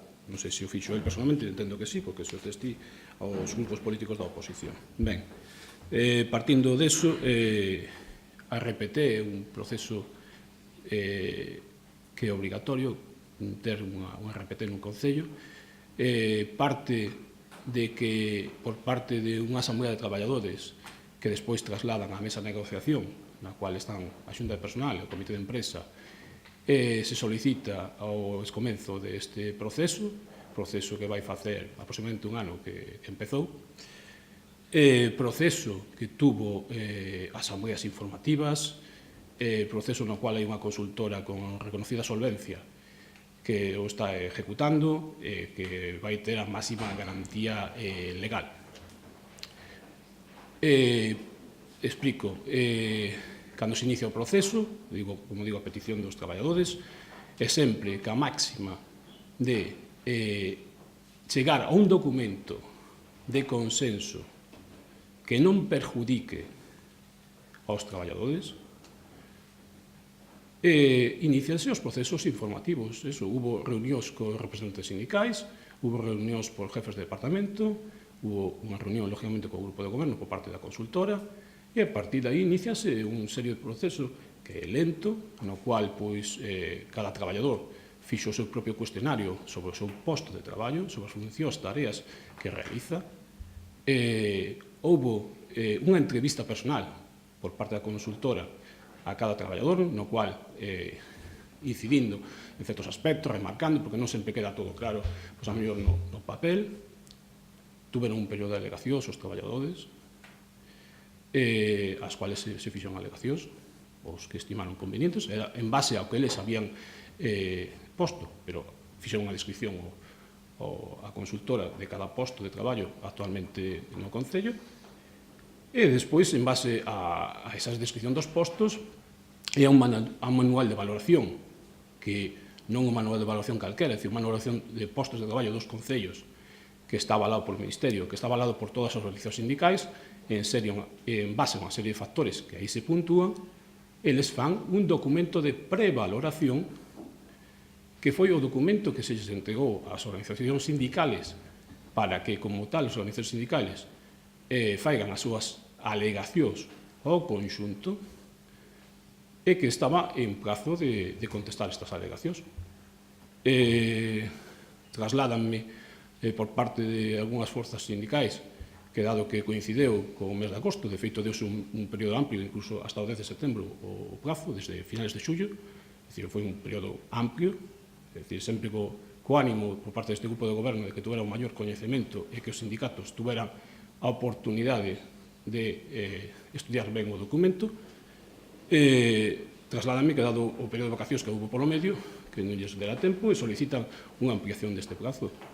Ampliación que lles foi concedida por un mes máis. Entonces, nese momento estamos. É dicir, é un documento que leva o seu tempo, como digo, un documento obrigatorio legalmente para o Concello polo que representa, é dicir, xa non só para tratar de salvar as diferencias salariais que pode haber entre postos da mesma categoría que realizan as mesmas funcións, sino porque tamén a nós, como grupo de goberno, limítanos o feito de non tela á hora de contratar certos postos de traballo. Eu quero contratar un fontanero e non podo, porque a denominación do posto de traballo, o contrato que pon, é peón ou operario. Entón, cando se haga un proceso selectivo, teño que sacar como peón ou operario, non nada especificado. Por iso, un RPT é tan necesario, porque sería peón fontanero, peón albañil, peón electricista, a categoría que cada un ten. Eso facultaríanos a nosotros a hora de poder facer tamén as contratacións. Dito isto, pois, decir que nada, que por parte do equipo do goberno, tranquilizar aos traballadores, están perfectamente informados por todas as forzas sindicais, as cuales lles foi informado por parte tanto do grupo do goberno como por parte da consultora, de como é o proceso, e que no manual de valoración está contemplado absolutamente todo para, chegado o momento, este documento teña a máxima garantía jurídica. Como dixen, tratar de acadar un documento de consenso que creemos necesario e que, repito, parteu por petición dos traballadores e traballadoras do Concello das Pontes. Parecenos moi ben que queirades elaborar ese documento de consenso. Precisamente, ao presentarse este escrito, o consenso está claro que non existe. Entón, xa que o tedes nunha consultora, que é tan boa, que non estás dicindo o nombre calé, nos non temos este acceso a ninguna información, diz que hai máis dun ano que empezastes con este proceso, se non é por este señor que nos envía estas alegacións, nos non o sabíamos, non tiñamos coñecemento nin constancia. Entón, creemos que o mínimo que poder facer é o que solicita Otero, que é paralizar o proceso neste momento e realizar unha asamblea con todos os traballadores e explícalo ben, porque está claro que hai xente que non o entendeu ben, polo menos non o entendeu ben, o que está, según se deduce destas alegacións.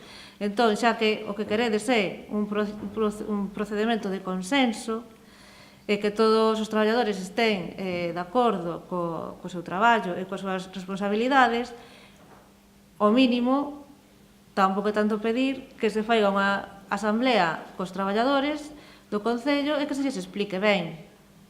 Tampouco é tanto pedir. Se digo, é un documento que é ampliamente conocido por todos, é un documento co cual as organizacións sindicales poden ter discrepancias porque, lógicamente, é un documento, como lle chamo, prevaloración, non é documento definitivo. Neste momento, ese documento é sustituíble de alegacións por parte das organizacións sindicais, que, en base á interpretación que eles faigan do manual de valoración, a consultora ten que contestarles e dicirles si son asumibles ou non son asumibles. E a partir de aí entraremos nun proceso de negociación. Pero remarco, cando aos 150 traballadores ou máis que temos na plantilla se fixeron as entrevistas, foron eles os que dixeron as súas funcións. Foron eles os que fixeron as súas alegacións. E dos 150, só 24 fixeron alegacións, porque, lógicamente, a mellor non o interpretaron todo correctamente que tal.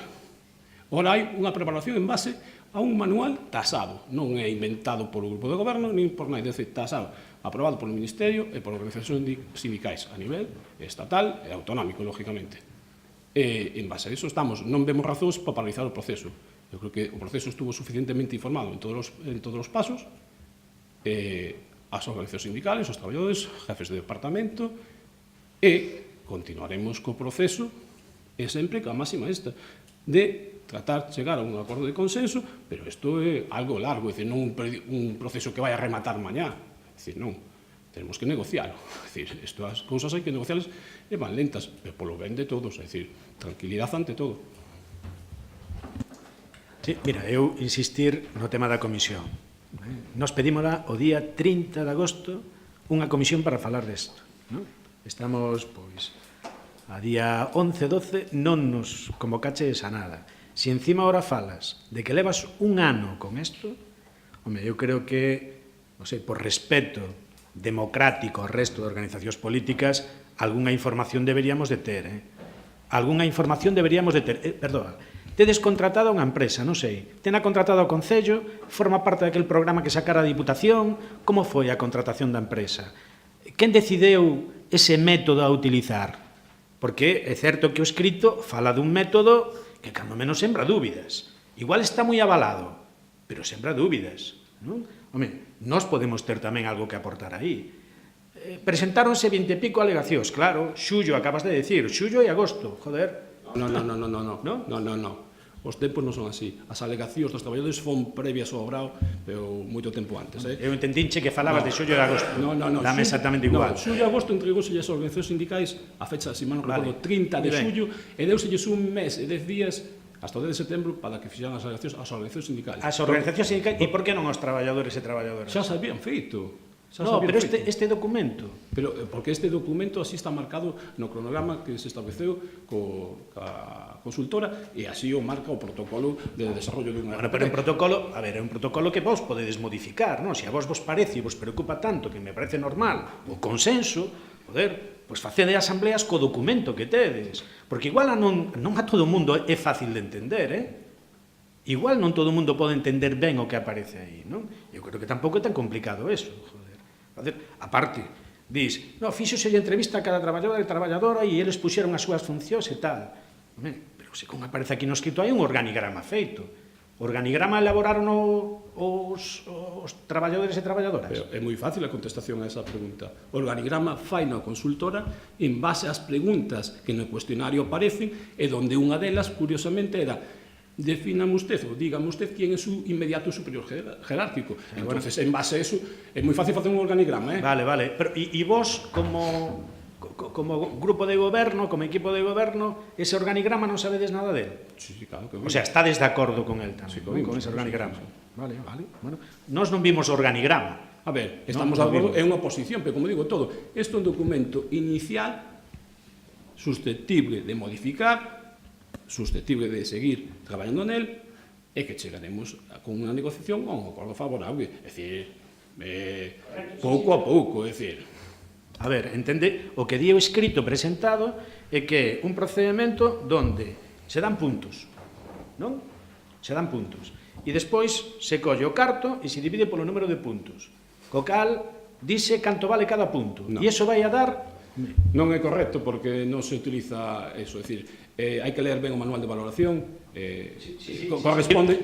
Tendo, sí, se pode ler. Bueno, ben, pero corresponde ás organizacións sindicais que a teñen desde o minuto 1, desde o minuto 1, os representantes sindicais teñen desde o minuto 1, desde que se iniciou o proceso teñen un manual de valoración que se utiliza, en o cual explica de onde sale a puntuación de cada un dos factores. E iso é o traballo das organizacións sindicais ahora mismo. É dicir, si eles, vendo a puntuación que se lle dá a cada posto de traballo, consideran que en algún dos factores debe de estar puntuado, esa é a función da organización sindical, facer a alegación ou da oportuna, é dicir, a esa valoración de puntos. E pode ser que teñan razón, que non lle vai a quitar a razón. É dicir, eles terán que facer as súas alegacións e será a consultora a que estime ou non estime en función do que eles poñan. É dicir, que non estamos aquí dicindo que eso sea xa a palabra de Dios. No. É dicir, é un documento inicial en base a un documento consensual e que pon claramente cal é a puntuación de cada un dos factores en función do que conleva ese factor e que ese posto de traballo teña determinado. É dicir, iso é unha tabla, van collendo e van facendo. Pode ser susceptible de dicir, pois que a túa interpretación diga, pois é que entendo que neste factor sean 50 puntos e a mellor 25, ou a mellor teñen que ser 100. Iso é as alegacións que teñen que facer os sindicatos, como organización sindical. É dicir, pero partindo dun documento que está consensuado. É dicir, que non é consensuado, me refiro ao manual de valoración, entendámonos. Non hai maior problema, é dicir, eu pediría tranquilidade, é un proceso que hai que ir madurando, e que de momento é un documento de, como digo, prevaloración. E como tal, como está establecido, e como tal, a recomendación da consultora non é algo que me inventara eu, É dicir, a consultora díxonos que o proceso ahora mismo é entregar aos sindicais, aos organizacións sindicais que teñen que facer a organización, a alegación no seu conxunto, é dicir, a alegación, non a alegacións individuais, que as alegacións individuais, as tareas que define cada posto, xa as fixeron os traballadores. O en base a esas tareas, eles asinaron uns puntos. Iso é o que teñen que casarse, e dicir, pois eu entendo que isto non é así. Iso é o que teñen que casar. E a partir de aí, se iremos a negociación do valor europunto, e que non está establecido. É dicir, que iso vai a unha negociación despois. É dicir, o proceso é largo, e desde logo, que sempre co ánimo de levarlo a bon porto. É dicir, cando nos lo piden os traballadores, iso foi a máxima. E, pois, perfecto, tiramos para diante, nosotros estamos de acuerdo, porque é un documento obligatorio e legal que debemos ter, é dicir, legalmente obligatorio, é dicir, tiramos para diante, sempre e cando Nos como organizacións políticas nin participamos na escolla da empresa, nin participamos no método. Non sei se a nivel sindical tiveran opción de participar, non? E despois, vamos a ver, pides tranquilidade cando, según o documento, a propia empresa xa lles di que haberá xente que vexa diminuído o seu salario e xente que o vexa incrementado. Iso é o que di o documento que se nos deu. Non? Claro, pedir tranquilidade aí é difícil, imagino que o que máis e o que menos, home, aquel que lle suba estará contento, encantado de la vida, incluso imagino que teredes presións tamén para que lle suba máis, non? Pero bueno, aquel que perda, home, tranquilidade non sei cal podrá ter, que mecanismo tedes ou non se lle vai a compensar a quen perda?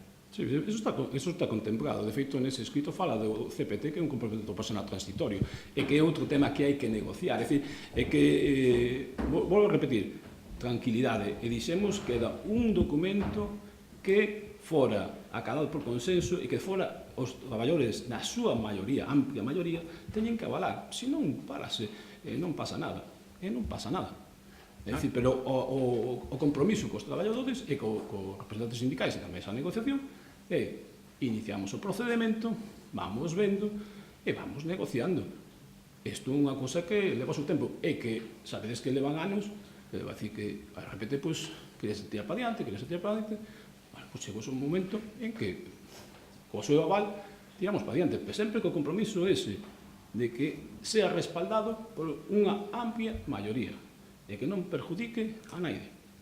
Bueno, pero para ser respaldado pola amplia maioría, primeiro, teño no que conocer e, segundo, teño no que entender e telo claro tamén. Co cal a petición esa de facer asambleas informativas é unha vez fora de lugar. Pero as asambleas informativas farán as organizacións sindicais que é a que lles Pero digo, home, ahora mismo. A ver, Alén, pero ca participación da empresa que lles explicará como se fixo o traballo. Pero as organizacións sindicais xa tuveron reunións ca consultora en varias ocasións. É dicir, non é que estén desinformadas, están informadas e teñen a súa disposición cando queiran o teléfono da consultora. É dicir, para consultar calquera dúbida. Ao teléfono, non hai presencia física da consultora. Sí, a presencia física, sí, bueno, hai que solicitala porque non son de aquí, entonces non hai que teñen que dispoñer para poder acercarse a estas pontes, pero sí, xa viñeron en varias ocasións. É dicir, que non hai, pero o teléfono, é dicir, é unha inmediatez, e contestan, non é que colla e non che collan, non. Bueno, pues entonces Constame que neste mes de agosto chamaron varias representantes sindicais a consultor. Vale, pues eu pedirche entonces que nesa comisión que temos pedida para que nos expliques todo o proceso que estás levando adiante esteña presente tamén a consultora. Vale. Pero faina canto antes, porque despois dun ano eu creo que nós temos dereito a conocelo.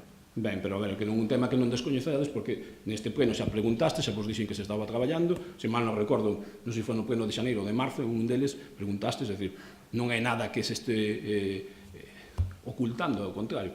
E se pasa que os procesos iban como iban, tampouco había nada máis que contar que elaborou un proceso de repente que sabedes o que é. É dicir, unha relación de postos de traballo, reflejar a situación actual, unha foto actual do este, e poñela en orden, é dicir, poñer en orden o que é o capítulo de personal no Concello. De todas formas... Convoca a comisión, por favor. Sí, comprometo a convocar a comisión, poñerme en contacto con o consultor a ver que fecha teñen disponible e que se acerquen eles a facer as explicacións oportunas. Máis preguntas, Kiko? Non, sí. Pensei que acabaras, María. Bueno, pois non volvamos a saltar o orden. Non, por favor, vos pido... Vale, me parece ben, pero pídovos, por favor, que non volvamos a facer eso. Está María en disposición da palabra, cando acabe María, pasa ao seguinte grupo. Correcto. Continúa. Eu pediríache que reconsideraras esa posición, porque o que non ten sentido é que María esteña preguntando ahora por un tema donde nós tamén teñamos preguntas e volver a preguntar máis adiante. Ahora, algún dos vosos compañeros, despois de facer a pregunta, hasta se pode ir tamén, se quere. María, digo, Kiko, está reconsiderado, a prova é que estivache intervindo no mismo asunto, pero, claro, pensei que acabara María, porque era María a que estaba no seu turno de palabra, era a que estaba preguntando, e de repente empezache ti, pensei que terminara María. Entón, continúa, María. Só decir que creo que unha boa práctica está aquí a persona que escribeu estas alegacións, e o normal é rematarse co tema e que se poida marchar para a súa casa, non que este agardando a que lle toque o turno a Kiko. Seguinte pregunta. Aclarache, é a túa opinión, é dicir, xa sabemos que está aí a persoa, se falou do tema e non hai nada máis que tratar, non? Digo eu, non sei. Que nos pasedes o documento, se pode ser. Seguinte pregunta. Acabamos de aprobar unha moción por unanimidade na que vos estabades de acordo, estabades en contra da manipulación nos medios de comunicación públicos, estabades a favor de que na Televisión de Galicia se garantisen os dereitos dos traballadores e das traballadoras, a liberdade de prensa, en contra de externalizar a produción, en contra de reducir a produción propia, en contra da infrautilización dos medios propios. A nosa pregunta é esta posición de unanimidade a favor desta liberdade de prensa tamén a vides aplicar no ámbito local, ademais que agora se aproximan ás eleccións municipais, que ninguén se escapa. Non se está a aplicar. Hai algún tipo de problema ca televisión local? Bueno, en principio, sí. Está claro, todas as persoas que deste pueblo poden ver, poden comprobar por eles mesmos como cando se vai a cubrir un acto, pois non hai, o sea, as cámaras que teñen para gravar pois non son as idóneas, ou non teñen onde enchufar, ou se teñen que ir. Pois iso é unha infrautilización dos medios que hai, ou non reparación dos medios que hai, por exemplo. O que acabades de decir que estades en contra. Despois, como decíamos antes, publireportaxes do Partido Popular no telexornal da Televisión de Galicia. Pois, moitas veces, o telexornal das novas da televisión local tamén parece máis publireportaxes do que se fai dentro do goberno local que unha transmisión de información que abranga a todo o que hai neste concello. Un exemplo concreto, por exemplo, é o tratamento que se deu do último pleno extraordinario.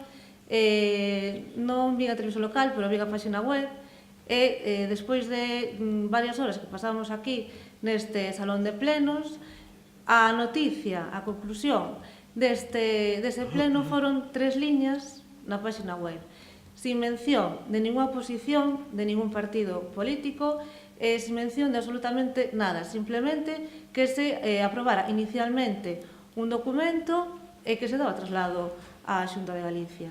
Entón, a nosa pregunta, insisto, é: vades seguir nesta actitude ou ides permitir que se dé unha información máis amplia e máis veraz para o coñecemento de todos os vecinos? Vamos a seguir en esa actitud. E sabes por qué? Sí, voucho explicar. Sí, é que como a pregunta é tan concisa e tan clara, pois o contesto de maneira concisa e clara. Vamos seguir dese xeito. E sabes por qué? Me explico.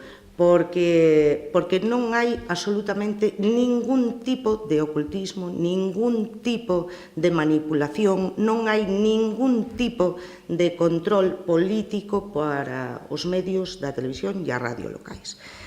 Os profesionais, porque son unhos profesionais que traballan na televisión municipal e na radio municipais, fan o seu traballo con total e absoluta independencia. Eles deciden, teñen unha persoa que é a que se encarga de coordinar o traballo que teñen que desenvolver e deciden a que actos van, cando van, o tempo que van, como o gravan, como emiten, a duración da emisión que fan de cada acto, de cada evento, de cada asunto, tal. Sempre que sexa de interés público e que sexa de interés para os veciños e veciñas das Pontes. E, polo tanto, vamos a continuar en esa liña, porque teñen unha maneira de traballar totalmente independiente.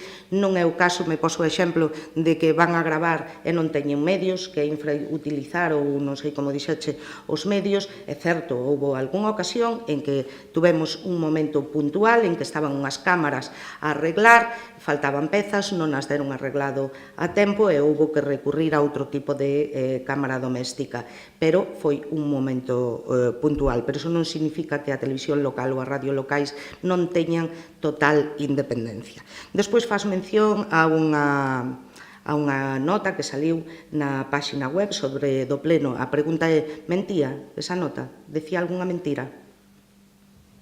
Pregunto, decía a verdad ou mentía en algo a nota? Non decía mentira, pero non informaba do que sucedeu no pleno. Non, decía a verdade. Non digo que tivera que transcribir unha acta da sesión de plenos, pero sí un mínimo de decir. O pleno do Concello das Pontes, para que vexas a independencia que hai e a total liberdade que hai, o pleno do Concello das Pontes, dende sempre, se grava con unha cámara.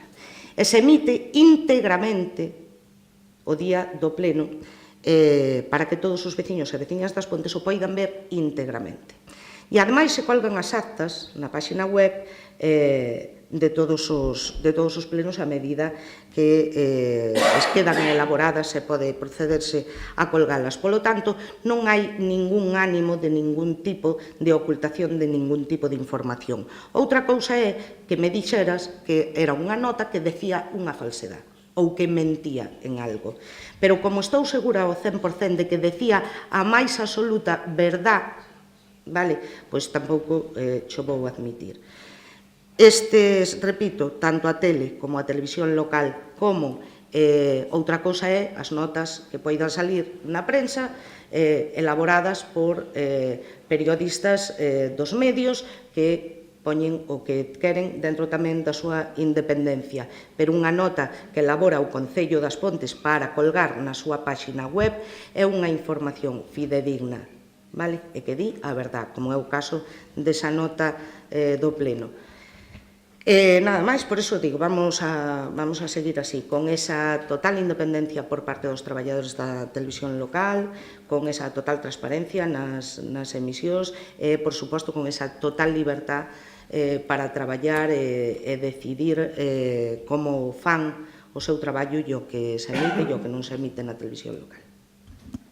Ben, entón, outra pregunta.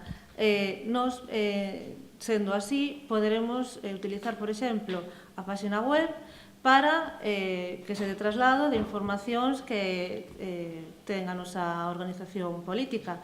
Por exemplo, non sei, igual que vos dades publicidade ás vosas accións, pois nós tamén poderemos usar esa páxina como integrantes desta corporación para dar publicidade das nosas accións en exercicio da liberdade de prensa que estás dicindo agora ti. Sabes que pasa? Que a páxina web é institucional, é do Concello das Pontes, non é dos grupos políticos, sabes? Entonces é para informar os veciños e veciñas pois das obras, das situacións que tal. Cando hai algunha cousa que é de interés xeral e se refire a algunha cuestión política, tamén se cubre e tamén se pon na páxina web. Pero, desde logo, para o que sexan comunicados ou políticos, de grupos políticos e tal, pois cada un dos grupos políticos xa temos as nosas propias páxinas web, os nosos propios redes sociais, Twitter, Facebook, todas esas cosas que ademais utilizamos moito con moita facilidade, non? Entonces, son cousas distintas. A páxina web do Concello é unha páxina institucional para labor institucional e de xestión do Concello de interés dos veciños e veciñas das Pontes e dos foráneos, non? Pero non é unha páxina de transmisión política. Algúna pregunta máis? Sí, bueno, de paso que se anuncian cousas como, pois, Feira do Mel en Oente, pois tamén se podería anunciar outras cousas como, por exemplo, charla sobre o futuro do rural na Contorna, por exemplo, organizada por nós, que foi no mes de xuño, me parece, que tamén é unha cousa de interese xeral para todos os veciños. Non vemos por que non se pode utilizar esa página para dar esa información de difusión. Claro, pero ese é un criterio teu, ou vos, neste caso, que sodes quen organizades eso e considerades que é de interés xeral, non? Aquí trátase de outra cousa. Xa ben considerado o interés xeral por aquelo, todo o que teña que ver con unha xestión por parte do Concello. En este caso é unha xestión dun grupo político. Son cousas distintas e que me gustaría aclararlo, porque creo que se profundizamos un pouco todos estaremos de acordo. Entonces, tedes outras plataformas como grupos políticos, como partidos políticos, donde podedes facer as vosas aportacións. Outra cousa é que me digas, pois, algunha cuestión que avalamos institucionalmente todos os grupos políticos, como pode ser unha declaración institucional sobre algún tema concreto, ou algunha cousa na que estemos todos involucrados a nivel político e que sexa de interés xeral. Pero son cousas distintas. Pero, bueno, habería moito que falar. Entón, contestando á túa pregunta, repito, si vamos a continuar en esa maneira de traballar, a páxina web do Concello non é para que utilicen os grupos políticos para de xeito político, sino que é para dar información sobre a xestión e sobre a función institucional do Concello das Pontes. Algúna pregunta máis? Bueno, claro, é o vosso criterio, como acabas de decir, e nos non o compartimos. Nos consideramos que os medios teñen que ser para dar unha información veraz, pero sin silenciar outras cuestións. Nos non bueno. silenciamos, María. O sea, tedes toda a liberdade, podedes ter todos os medios que vosotros consideredes, que creedes necesarios. Non é cousa nosa, nin na que nos, nin a nivel político, nin a nivel de ningún tipo, interfiramos. Eso é unha cuestión vosa. Bueno, vámoslo deixar. É unha mágoa que se fora Sonia, porque tiñamos varias preguntas para ela. A última comisión que houbo sobre normalización lingüística foi o 30 de xaneiro do 2017. Dende aquela pedíronse varias comisións e nunca se chegou a celebrar outra. A nosa pregunta é se se pode celebrar unha comisión de seguimento da ordenanza de normalización lingüística e se Sonia, por obrigas laborais, non pode estar presente, quen vai asumir a responsabilidade da súa función cando ela non está presente, porque non se pode asumir que levemos casi 2 anos sin seguimento da ordenanza. Pois ela é a que ten esa responsabilidade e, polo tanto, lle trasladarei unha vez máis a vosa petición para esa comisión e a convocará cando poida ou cando ela estime. Me consta que sí que se reuniu en algunha ocasión, non sei se coa mesa, ou con algún membro da mesa, pero sei que mantén contacto e que en calquer caso está localizable e a disposición dos membros da mesa. Outra cousa é a convocatoria da comisión, que a convocará cando poida. Eu lle traslado a vosa petición. Pois é que é urxente, porque, como digo, leva vai para casi 2 anos que non se convoca. Hai moitos asuntos que tratar, porque non vemos que dende este Concello se este levando a cabo unha promoción da lingua galega. Outro día salía na prensa unha noticia que decía que entre a poboación de adulta se usa o galego nun 70%, pero que entre os nenos e as nenas menos do 30%. Entón, vemos vital e fundamental que se convoque esta comisión e tratar este tipo de problemas e como promocionar o galego entre os nenos e as nenas do noso Concello, como un punto fundamental desa comisión sería. E outro, pois como xa se dixo máis veces por os compañeros do BNG, o uso en galego das redes sociais, da página web e da cartelería institucional, que é obrigatorio pola normativa vixente. Esas estadísticas que estabas dando era aquí, no Concello das Pontes ou... A nivel Galicia, pero nas Pontes seguro que é peor. Bueno, eso se tú dis, pero bueno, en calquer caso... A ver, non vou a entrar a este debate, entre outras cousas, porque creo que está sobradamente demostrado. Se ten falado aquí moitas veces tamén, que o Concello das Pontes apoia e trata, ademais de fomentar o uso do gallego, e utiliza, ademais, o uso do gallego en calquer caso, decir tamén do uso do castelán e do gallego, son dúas linguas que cohabitan e, polo tanto, o que non vamos é a obrigar a naide, nin impoñer a naide a utilización do galego. Si non la autoimpoñemos como institución e como Concello e, polo tanto, todo o que ten que ver coa labor directa do Concello, comunicacións do Concello, utilización, como tú dices, dos medios no Concello, se fai en gallego. Alguna pregunta máis?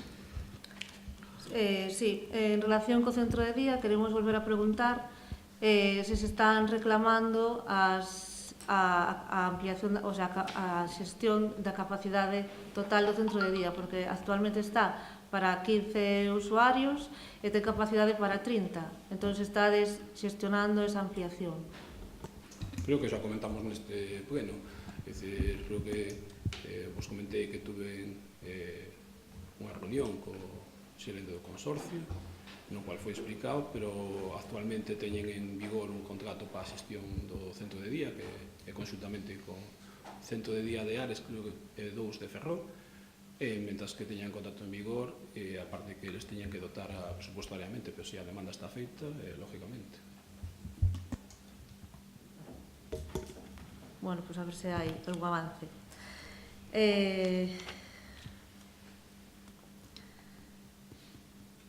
Estades coas obras no campo de herba artificial. Só queremos facer o traslado dunha demanda veciñal que hai da necesidade dunha pista de atletismo. Entón, a suxerencia veciñal é que, de paso que estades facendo o campo de herba artificial, estudiades a posibilidade de facer tamén unha pista de atletismo que sea válida para a competición. Bueno, xa tuve varias reunións con diferentes clubes de aquí, tanto o Tríome como o Club Olimpo. Válida para a competición é moi difícil porque dado as dimensións que hai na que sería o perímetro que vai ao redor do campo de fútbol principal, non daría para a competición, pero sí daría para entrenar certas técnicas e, bueno, de practicar ali o atletismo. Só que esa parte sí que sigue sendo de Endesa, pero o que vamos facer é, bueno, xa tomamos apunte desas necesidades e transmitirlo a Endesa a ver se de alguna maneira pode arranxar ou adaptar un pouco mellor do que está, porque esta sí que é verdad que está bastante abandonada, esa pista para que poidan practicar ali diferentes disciplinas atléticas. A proposta era se se poderían unir, se se podería facer a pista de alrededor de 2 campos. Unir 2 campos, bueno, algo así. Se sería posible facer unha pista de competición con todo ese terreno que hai aí, por exemplo, unha proposta que era unir 2 campos e facela de alrededor de 2 campos. Iba a ser complexo, porque necesitas moitas hectáreas para cubrir os radios das curvas, bueno, que seña homologada. O que sí que cheguei ao acordo cos propios clubes, que xa o falei, repito, foi adecentar esa en un futuro facer unhas calles rectas de, non sei, 50 metros, máis ou menos, para practicar diferentes técnicas de saídas, chegadas, bueno, pero foi a petición que me trasladaron, porque son conscientes de que unha pista homologable sería difícil ubicala. Outra pregunta. Outro día pasou por cerca de aquí a Volta Ciclista a España. Queríamos saber con que motivo se instalaron aquí estes stands, porque aquí a Volta Ciclista por aquí non pasou. Non, iso tramita directamente Diputación, desde aquí damos as gracias porque, non pasou como fai 2 anos por aquí, a volta, e montouse fai 2 anos, e desta vez era ao final de etapa en Estaque de Bares, e, bueno, tuve unha diferencia hacia nós e a sorte de poder montar o Parque Volta, que, bueno, creo que é un parque chamativo, sobre todo para rapaces e rapazas que podan sentir de alguma maneira o ciclismo, os sponsors, e vivir, bueno, o que é un pouquiño o mundo deste deporte, do ciclismo, máis de preto. Por tanto, deberíamos estar máis agradecidos que outra cousa. O financiamento veu da Diputación da Coruña, non veu do Concello das Pontes? Sí. Sí.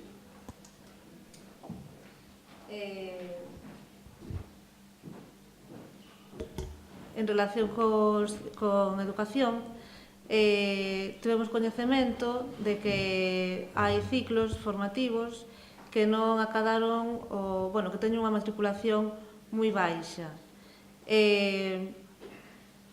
Non hai matrícula suficiente, entón queríamos saber se van seguir adiante con estes ciclos ou se van pechar, é unha pregunta, e tamén que estedes á Xunta a creación de novos ciclos formativos que sean máis atractivos para a xente, para que poida vir máis xente aquí a estudiar, para que a xente de aquí se quede aquí a estudiar. Ben, é certo que hai ciclos formativos con unha matrícula moi baixa, pero a día de hoxe non temos coñecemento por parte da Xunta de que pretendan suprimir ningún ciclo, non me consta ninguna información ao respecto, E con respecto á implantación de novos ciclos, xa vos informei outro día do ciclo de FP Dual, de como estaban as conversas con isto, e despois, aquí no Consello Escolar Municipal, tamén se lle trasladou a través do inspector e ao jefe territorial as demandas de implantación de novos ciclos, como diste, que sean máis atractivos e que podan ser un polo de atracción para os alumnos, xa non só das Pontes, os rapaces das Pontes, senón da comarca. Tamén hai moita xente que está facendo a educación secundaria para adultos, a ESA, e cando remata vese na tesitura de que ao mellor quería seguir estudiando, pero non hai unha oferta formativa na modalidade de nocturna. Entón, se contemplade esa posibilidade de implantar algún ciclo en modalidade nocturna.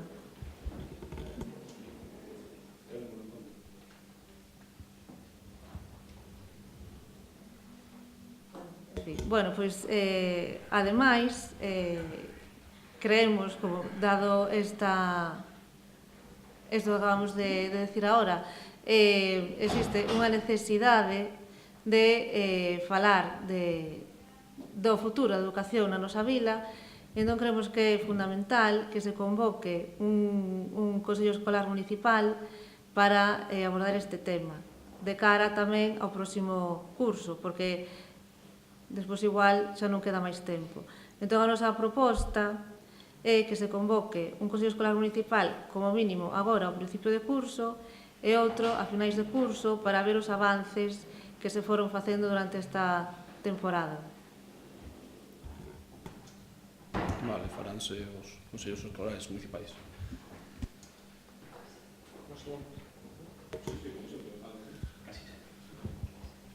Como sempre que se fai a principios de curso. Bueno, no 90% dos anos se ven facendo o Consello Escolar Municipal sempre a principios de curso, obviamente, non só porque o faga o Concello, sino porque, ademais, así o solicitan en moitos casos tanto os distintos representantes no Consello. Máis preguntas? Sí, outro día o alcalde ponía nas súas redes sociais que iba a poñer unha área recreativa na Fraga. Queríamos saber en que consiste esa área recreativa. Pois non está o alcalde,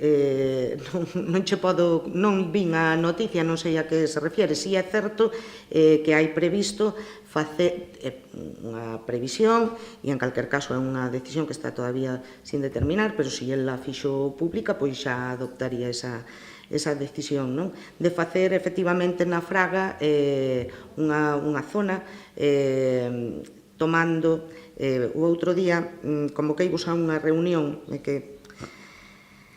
o luns convoqueivos a unha comisión informativa, vale, para falar sobre da ordenanza que queremos sacar do Muiño de Prieto e da antiga Caseta do Pulpo. Non viñeche desa comisión. María si xustificou a súa ausencia, que non podía estar.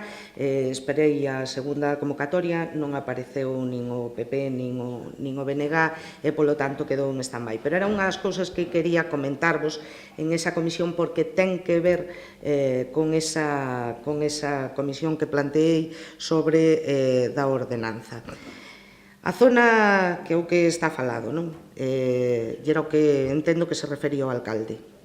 A zona do Muiño de Prieto e a Caseta do Pulpo pois é unha zona moi amplia, e o que pretendemos é xa o é de facto, pero recoller todo como unha área recreativa. De feito, a proposta queríamos levala a esa comisión, e era propoñer nomeala a esa zona, o espacio comprendido entre o Muiño de Prieto e a propia Caseta do Pulpo, nomeala área recreativa como é José Ferro, como se chama de nombre, non me sale agora, creo que é José Ferro, non? e poñerlle o nombre que é a persoa que donou no seu momento o Muiño de Prieto. Entonces, para distinguir o que son as dúas zonas, a zona da Fraga do que é a zona dese perímetro do Muiño de Prieto e da caseta do Pulpo, que agora vai a ser unha caseta multifuncional con un espacio totalmente rehabilitado nunhas condicións tanto de estética como de uso perfectas para que todos os veciños e veciñas poidan disfrutar delas e dispoñer distintas celebracións ou utilizalas para encontros tanto particulares como asociacións, xunto co Muiño de Prieto, que é unha zona que sí que vai máis limitada no uso polas circunstancias e pola ubicación concreta que ten ao carón do río e para evitar que poida haber dificultades de seguridade ou demais, que se poidan dar algún problema, sí que se limita un pouco máis o seu uso a cousas máis concretas, non? Como é o caso de celebracións de ceremonias civís, ou pretendemos que non se poida utilizar para celebracións máis lúdicas tipo cumpleanos e estas cousas, sino que para iso vai estar perfectamente habilitado o outro local. Entón, era un pouco isto ao que se refería o alcalde e queríamos planteárvolo en esa comisión informativa do LUNS para nomeala a ese conxunto área recreativa José Ferro. Entón, contestando á túa pregunta, volverei a facer a comisión informativa, xa vos dixen que en calquer caso era unha comisión informativa, mandeivos a ordenanza, enviéivola xa no mes de xullo, a finais de xullo, creo que o último día, 30 de xullo, ou por aí, para que tiverades por diante o tempo suficiente para estudiala minuciosamente. É algo que vai a repercutir directamente a todos os veciños e veciñas das Pontes o uso deses dous espacios e, polo tanto, que fixerades todas as aportacións que consideredes necesarias. Xa vos dixen tamén que non había prisa, que non pasaba nada, que poñíamos a comisión para este luns, pero que non íbamos a traelo a este pleno porque considero que é un tema que temos que falar polo miúdo e que poden xurdir cuestións que a non se nos escapan e que poden ser de interese. Polo tanto, o interés que temos é máximo en que sexa unha ordenanza totalmente consensuada e que beneficia a todos. E, polo tanto, volverei a convocar comisión informativa e, en calquer caso, me poño tamén á vosa disposición para, sin convocar outra comisión, se queredes aportar algo ou me queredes plantexar algo dentro do estudio que fixachedes da ordenanza, para eso sí poñela en funcionamento, porque sabedes que despois, unha vez, hai que traela a pleno, aprobala, e despois ten que estar a exposición pública e, polo tanto, se vai a dilatar moito no tempo e si é importante que entre en vigor canto antes para ter un uso regulado deses espacios que en breve, ademais, eu calculo que ao longo deste mesmo mes de setembro finalizarán as obras no entorno e máis no propio edificio do Polo. Solo disculpar a miña ausencia, que xa disculpei o día aquel, pero é que claro, eu entendo que puxeras a xuntanza cando ti podías, pero os demais tamén temos unha vida e non podemos estar permanentemente cando vos nos digades. Seguindo coas redes sociais do alcalde, que están moi interesantes, onte ou antonte subeu unha foto do paseo da vila, que está reparado, por fin, despois de varias veces que se pediu, tamén por nós. Parecenos estupendo, pero parecenos curioso o enfoque que lle daba a foto, porque só se vía o paseo e as casas, non se vía o río, que xa falamos del no pleno anterior, que está cheo de maleza, está sin limpar, e claro, parecenos moi ben que por fin arreglarades o paseo, pero creemos que o prioritario era limpar o río, porque agora ven o inverno, imos ca o inverno, ven o período de enchentes, vai volver a desbordar e vai a volver a estropear o paseo. Entón, ao final, a reparación está moi ben, pero posiblemente haxa que volver a reparalo na seguinte primavera. E, bueno, como el non ven, pois... Pero, bueno, non sei se é unha pregunta, é unha suxerencia, non creo que pretendas censurar o que di o alcalde respecto da vila, porque, entón, vamos, quero dicir, estás xuzgando o que el di ou estás prácticamente censurando, non ten nada que ver unha cousa Non estou censurando, estou facendo unha suxerencia, bueno, eu dicir creo que é preferible limpar o río primeiro tú e estás, mañar o paseo. tú estás xuzgando o que di o alcalde, eu non o vin, pero estás xuzgando o que di o alcalde no seu Facebook, entendo, porque estás a falar que colga unhas fotos ou estás xuzgando, entonces non tal. O que sí, respecto do río, xa se comentou, e se fixo, ademais, posteriormente, que aquelas zonas onde ten competencia o Concello para proceder á limpeza e tal, o fixo e o fará, e nas zonas nas que non podemos actuar porque non é competencia do Concello e depende do outro organismo, hai que instar a ese organismo a que o faga. Algúna pregunta máis? Sí, tamén queremos instar a que se convoque por fin algún día a Comisión de Patrimonio para avaliar o estado do patrimonio local, se pode ser en algún momento. Vale, preguntaremosche agora tamén, cando se convoque a comisión, preguntaremosche a que hora para que... Pois sí, parece estupendo, vale. para que poida vir. Ademais, a Biblioteca Municipal pasou todo o verán e non temos constancia de que fixerades ningún arranxo na cuberta. Vai volver o inverno, como co río, vai volver o inverno, vai volver a chover e vais volver a aparecer as pingueiras na sala. Afecta ás traballadoras e afecta ás usuarias da biblioteca. Entón, xa sei que dixestedes en numerosas ocasións que tedes un proxecto para a biblioteca, que tedes un proxecto para a praza, pero mentras que ese proxecto non se materializa, o que hai no que manter en un estado óptimo, polo menos nun estado decente de conservación. E non nos consta que fixerades unha reparación. Non sei se fixestes, pois decídeo.